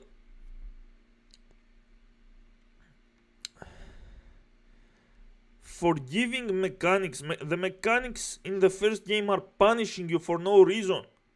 The fucking coin flip at the save point is fucking retarded. That's a punishment for no fucking reason. yeah, this game is harder mechanically and understanding the story and interactions and all probably, but at least it's punishing you for your bad actions and not for failing some RNG bullshit. Like, this is an actual playable game. That is all to say, I don't think either one of these games is more difficult than the other. Again, this one is difficult in the wrong way, okay? Getting killed by bullshit is not actual difficulty. Again, this bar here is an actual dick. This is all censored. But this is his dick. If you see this kind of black bars, it's just censorship. I just think they're difficult in different ways. Again, oh my god. The fact that people keep abusing the word difficult so many times so wrong, it's insane, dude. They just keep spamming that word for everything, dude. Punishing and difficulty are different things. This is not a difficult game. I don't know how difficult the second game is when it comes to figuring out everything and the combat and stuff. But it already sounds way better than this one. And if you are saying they are equally difficult, that means this requires actual skill, because since it doesn't have the punishing bullshit of the first one, this is just a good hard game. Hopefully, I guess. But it doesn't matter, because the way you get better at them is the same. You play them, you make mistakes, you watch runs go down in flames, and So just trial and error? trust me, in flames they will go down. And then you learn what you can, and you try again. And That's literally trial and error. That's not smart decision making. That's literally trial and error, what you just described. I mean, if both games are trial and error, then they are both trash. Or maybe you are retarded and you didn't know how to make good decisions. I don't know. I think I should give it a chance. to illustrate this, I would now like to take you through one of my most disastrous runs in Termina. Okay. The character I'll be playing as, Levi. Of course it's the fucking junkie, you fucking junkie fucker. Levi is a very tragic character in Termina. Not Yeah, only tragic. because of the, Let's call him tragic. but also because after this, I'm sure a 13-year-old Levi was thinking, well, at least things He's 13 years old, are you insane? can't get any worse, only to immediately be conscripted into a hopeless world war where he was traumatized so badly that by the time the game starts, he's barely able to communicate with the other train passengers.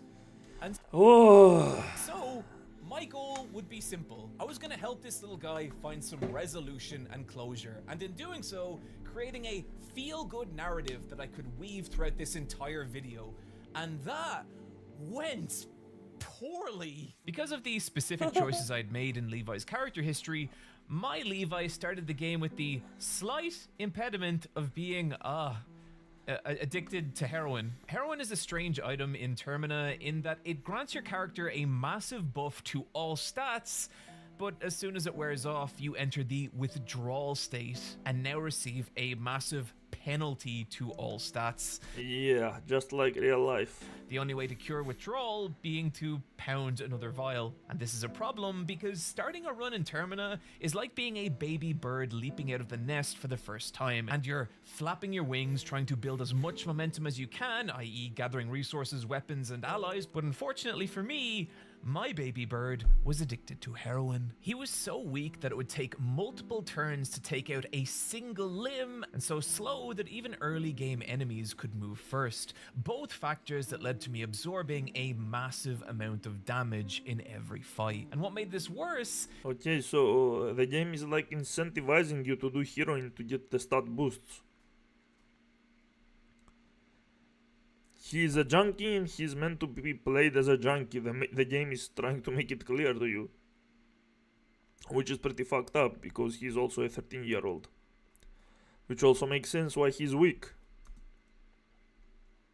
is that Levi's rifle wasn't even the lifeline I hoped it would be, as its limited ammo made it useful for maybe 2 to 3 encounters at most, at which point I was basically defenseless. This forced me to endure a parade of failure in which I was slashed, beaten, stabbed, eaten, used as pig swill, and in one especially unfortunate instant, nakedly crucified to death. And this is how I spent my first session with Levi.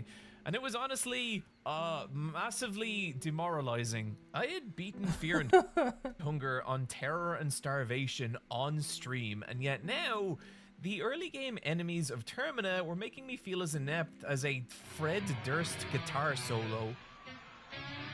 The sensible thing to do here was to restart my character, but not being a sensible person, I don't like to abandon Termina runs before day 3, as I think that finding yourself in difficult situations and struggling through them is the fear and hunger way. And so what I needed to do was take a step back and think about what was going wrong on this run. And when I did, I realized that I had fallen into the same trap I had when I'd started playing the first game. That was treating Fear and Hunger like it was a traditional RPG, when in actuality, succeeding in these games requires a mindset somewhere between an immersive sim and a survival horror. So I needed to look carefully at my situation and develop a new... Why would you treat a game like this like it's a JRPG? It doesn't have a constant progression with leveling. It literally has time management right after your save point. The fuck is wrong with you? The fuck?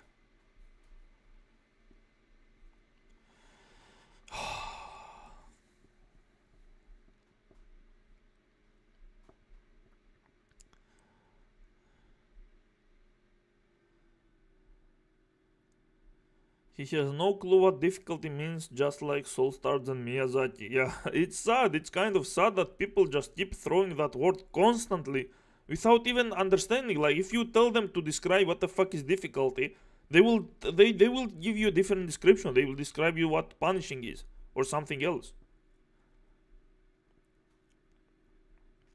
Tedium is not difficulty. If something doesn't require skills, it cannot be difficult.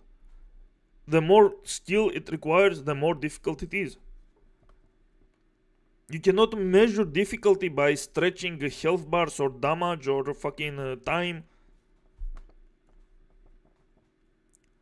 Because the amount of skill does not keep increasing. Just repetition. Can you react to that 17-hour Resident Evil 4 remake video? No. I did watch it a little bit, and while I do agree with the gameplay mechanics criticism, he is criticizing literally everything, even cherry picking some story parts and stuff. I don't care about all those little things that have differences with the original and why the original did those things better. They don't really matter. These things are very minor issues if they are even considered issues. The real problems are what I described in my own script that I allowed you to read in one of my videos. Which is also mentioned in those videos as well, but they are stretching the fucking videos for way too long for no good reason. Oh my god, trial and error game so good, Yummy Slope. Step onto a landmine, I can't see and die. That means walking is extremely difficult.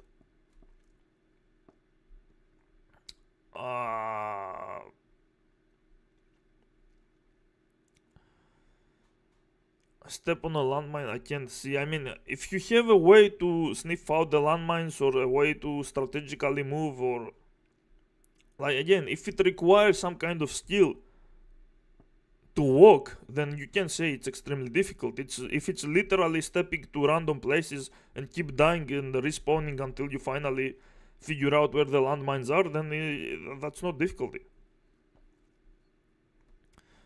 Or a plane crashes into your house when you make dinner, which to them means eating is extremely difficult. Yeah, that's a good example of how these guys are fucking stupid, because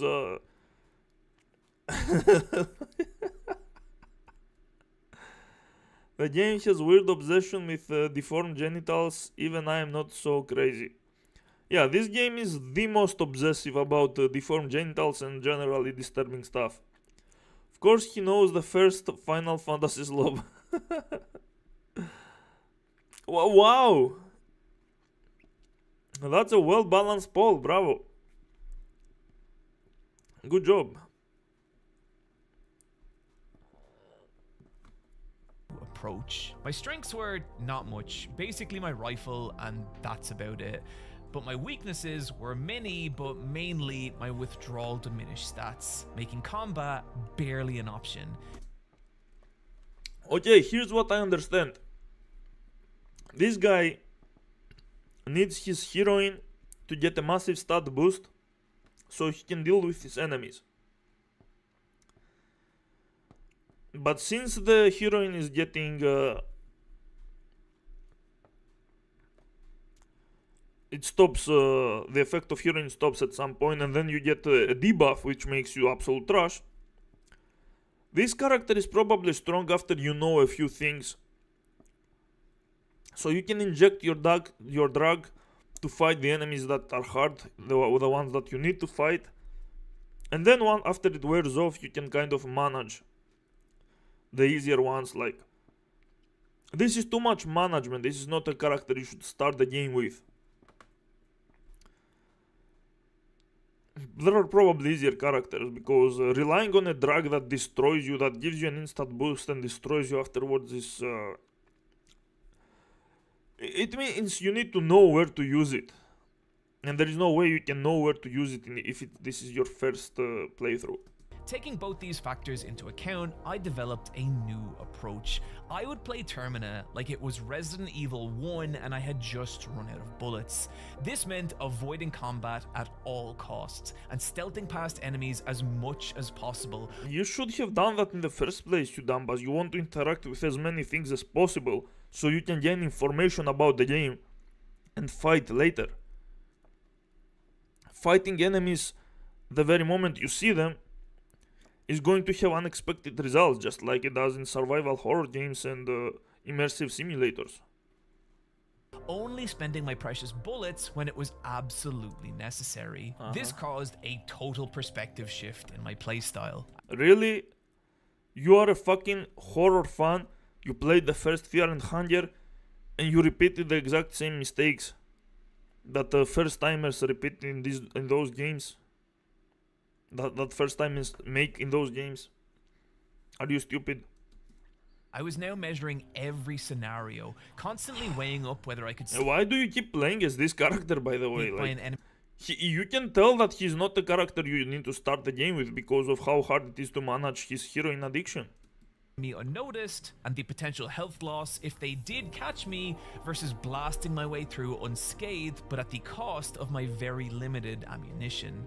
And honestly, it was thrilling. Slowly, carefully, I started to make progress, mapping out different routes in my mind and measuring the most efficient way through them, till the afternoon of day 2, where I made it to Central Prehaville. Central Prehaville is the start of Termina's mid-game, where the difficulty ramps up significantly, and also where you can feel the game's horror creep into focus.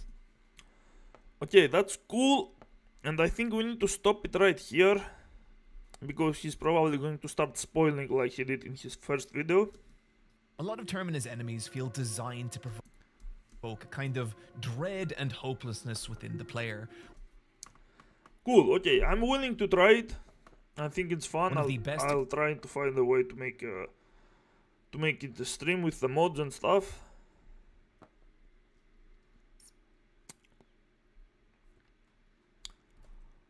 I think we should stop the video right here, because it's only going to get more spoily.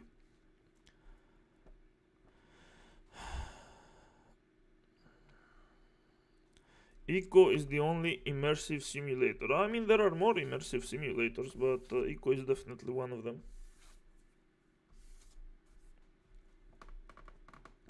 Okay, it's Sebby time, but first I need to go buy water, so I'll have to make you watch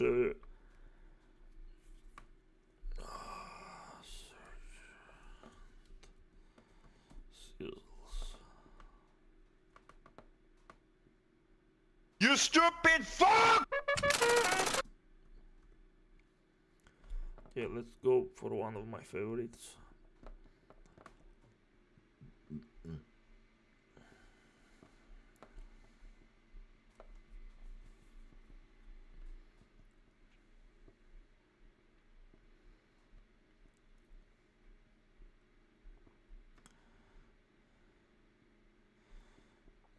This one, right? Okay.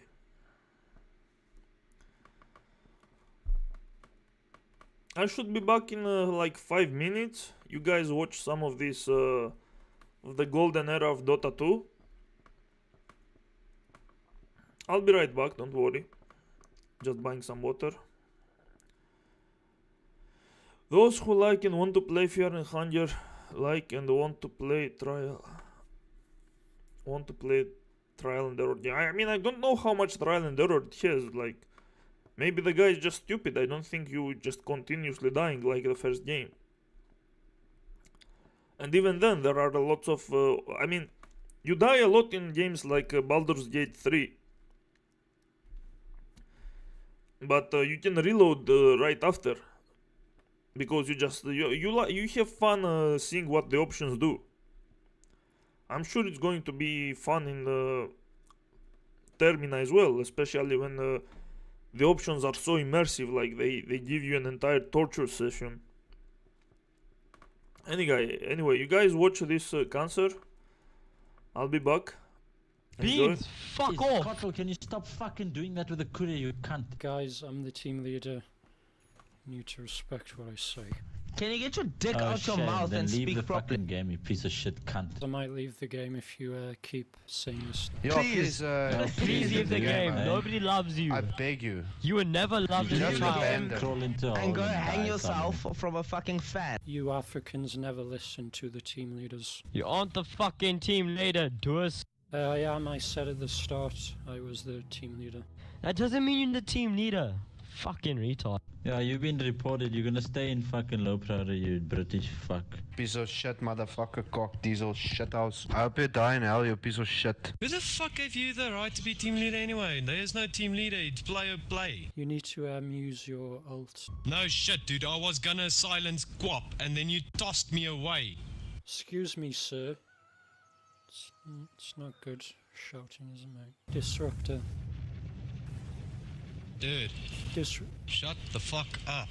Disruptor, you didn't help. Just shut the fuck up. Your voice is annoying, you know that.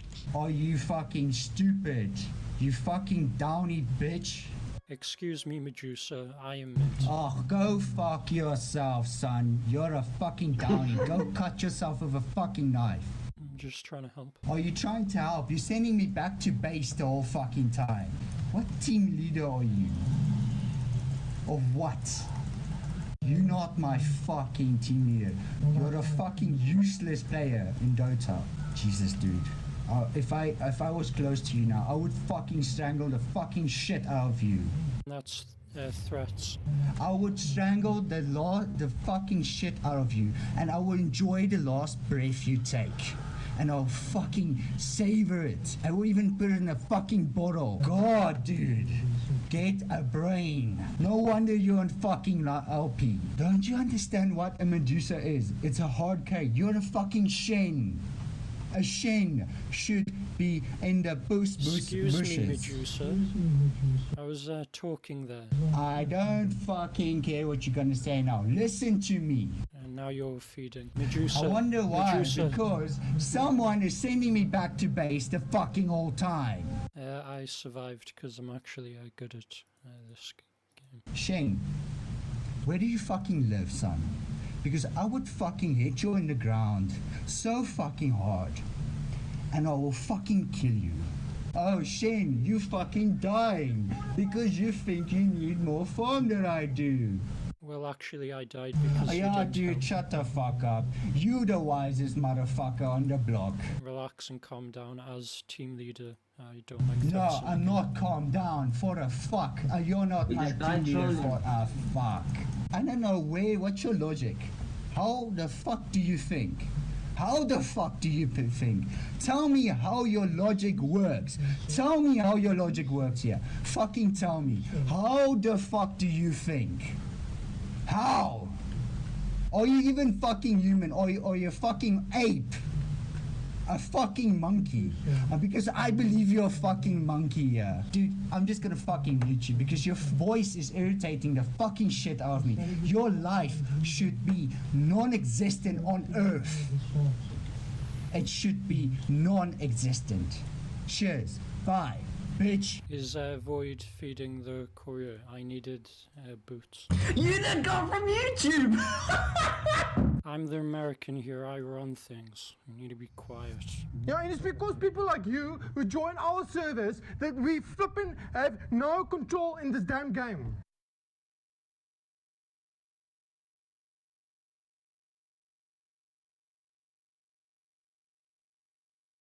Hey Dragon, I died because of you, man. You didn't stun. I did stun, you fucking noob! DK, what are you doing? DK, what are you doing? The courier's spazzing out. What the hell is going on? I fucking didn't feed it, dude. I tried to use it and then it just spazzed out and chilled there.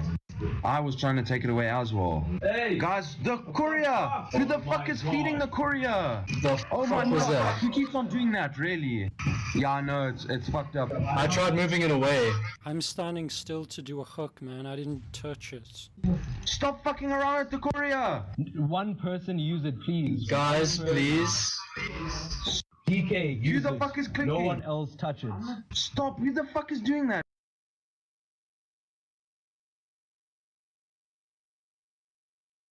Can you stop putting that fucking thing on me, please? Ben, what are you doing, Ben? I'm trying to help him. No, you're not fucking helping. Go away. Wow. It heals. I don't want to It doesn't heal at all. It doesn't heal. It only damages. Doesn't matter if it's your friend or your foe. It only damages. It says it heals. Ben, what are you doing? Doesn't say it heals. Can you go away, Bane? I don't want to play with you. Bane, if someone doesn't want you to be around them, you should just not be around them. Stay in the kitchen. In the kitchen? Why do I need to stay in the kitchen? Can you moan? Why? That's really weird. This is why most girls don't talk on the microphone. I don't blame you. You're weirdo like that. You sound like he's got some pedo voice as well. I've had nightmares over these things. Can you moan for 1 minute, baby? I can't do that. I'm sorry. Actually, that's a really weird request. You should not make the request ever again of anyone ever. Ever. I really like your voice, Wind Ranger. Thank you. What a creepy bastard. It sort of turns me on. A couple of more things like that and I might just gonna mute you. Okay, I'm sorry. Where are you from, Wind Ranger? Should I tell you that? Are you single? I'm looking for no person at all. I'd rather be alone. What's your Facebook? I'm not gonna tell you that. It's because you're one creepy motherfucker, mate. Is it because you look good in real life? It's because I don't like adding people I only just kind of talk to in real life. You just killed him. You just cold-blooded killed him right there. You just killed Axe. Because he tried to steal you off me. I'm not an object to be stolen. Jeez. He's trying to be in a relationship with you and I don't like that. No, he isn't. He hasn't asked of any of that. You haven't even asked that. I don't meet a lot of women in real life. Well, you need to start learning the fact that you have to ask people out. You can't just kind of creep and stalk them. Sorry, baby. I'll try again next. Please don't call me baby. Please don't call me baby. I'm not interested in a relationship. Can I have your number now? You can't have my number. But I saved you. Saving someone does not make it okay. Like you save someone, now they're obliged to do everything you ask. They didn't ask to be saved. Can I ask, are you Asian? I like Asians. Does anyone else feel like talking? He's just the one creepy motherfucker. Can we please finish this game as soon as possible? Okay, let me get this straight. I am not looking for a relationship. I am not looking to answer all your weird and invasive questions. And I think you are probably past the point of creepiness where I can be your friend. I am sorry. Can we start our friendship again. Only interested in being friends with me because I'm a girl. I'm not. I like girls that can cook. So it's because I'm a girl. Because as a girl, I'm a girl who does blank. You literally told me to stay in the kitchen. You're the only girl I've talked to in a long while. Well, then you should go outside and talk to other people. I'm wheelchair bound. I can't really leave the house. There are online chat rooms with people. Wind Ranger, I love you. You can't love someone you've met in 46 minutes. That is impossible. I really feel like I love you, though. Can I eat your pussy? Why do I even put up with this? That's the real question. And you killed me. You literally killed me. That's incredible. That's the first time I've ever seen players killing their people on their own team. That's incredible. It's because I love you, Wind. We were made for each other. Fucking But incredible. you, in real life, mate, you must be some proper freak. I'm going to quit after this game, and hopefully I won't play with this person again. GG, guys. Does this mean you're breaking up with me, Wind? Beast, can you heal Tinker? Please. Beastmaster, can you heal Luna and Tinker?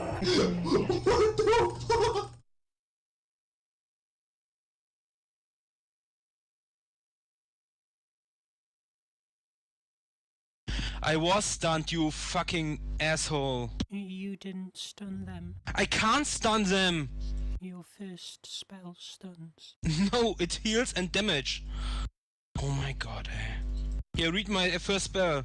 Read, please, my first spell, and you can... God. It stunned the creep, did you see? Stun him. I can't... Fucking retard, I can't stun him! Are you serious? Is it the second spell that stuns? No, I have... No. On level 6 I have a crowd control spell. I think that your first spell and your second spell stuns. Read it! And if you can't read it, then don't play the game, please. Leave! My first spell don't stuns. See it stunned that creep. Oh my god! What are you a player? Why you are playing this? And why you don't trust me? I play this hero. Help me, Necro. How can I help if he is invisible? Heal. Oh my god. Why you are playing this game, Viper? Oh my god. You was from the beginning mid and you fed the players. Fucking noob. Is that your voice? Stupid old bird. Yes.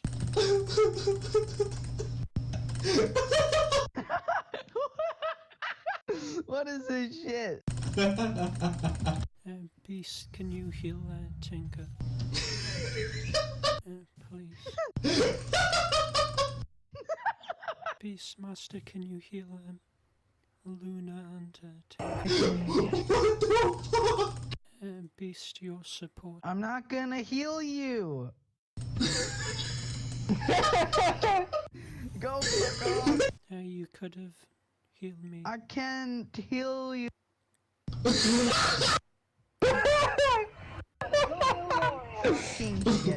the fuck? Man, shut the fuck. I'm not gonna heal you. Shut up. I died because of Night Stalker. What the fuck is that? Oh god, that voice. Who wants that fight because of me? What? You didn't heal me. I can't fucking heal you, dumb bitch. shit. No one here can heal you. He didn't use his fucking shared tango that I gave him at 5th minute. What the fuck? Beast, why aren't you healing Luna? Shut the fuck up, you fucking shit. Just shut up. Oh my god. It's Necro who can heal. I didn't get any heals. No one can give you heals, you fucking faggot. Okay? No one here's... Okay, I'm back. I'm going to grab a yogurt. And we are going to watch Webs. Hope you are all still here. Very nice. Wow, the view count increased when I left. So you guys hate watching me, but you love watching this kind of shit. Nice. Okay, let me end this poll. And let's see what you guys believe about Sabi webs.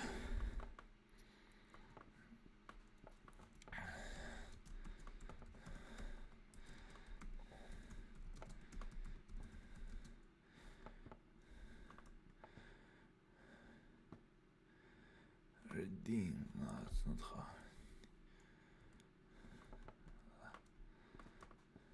There we go. Single.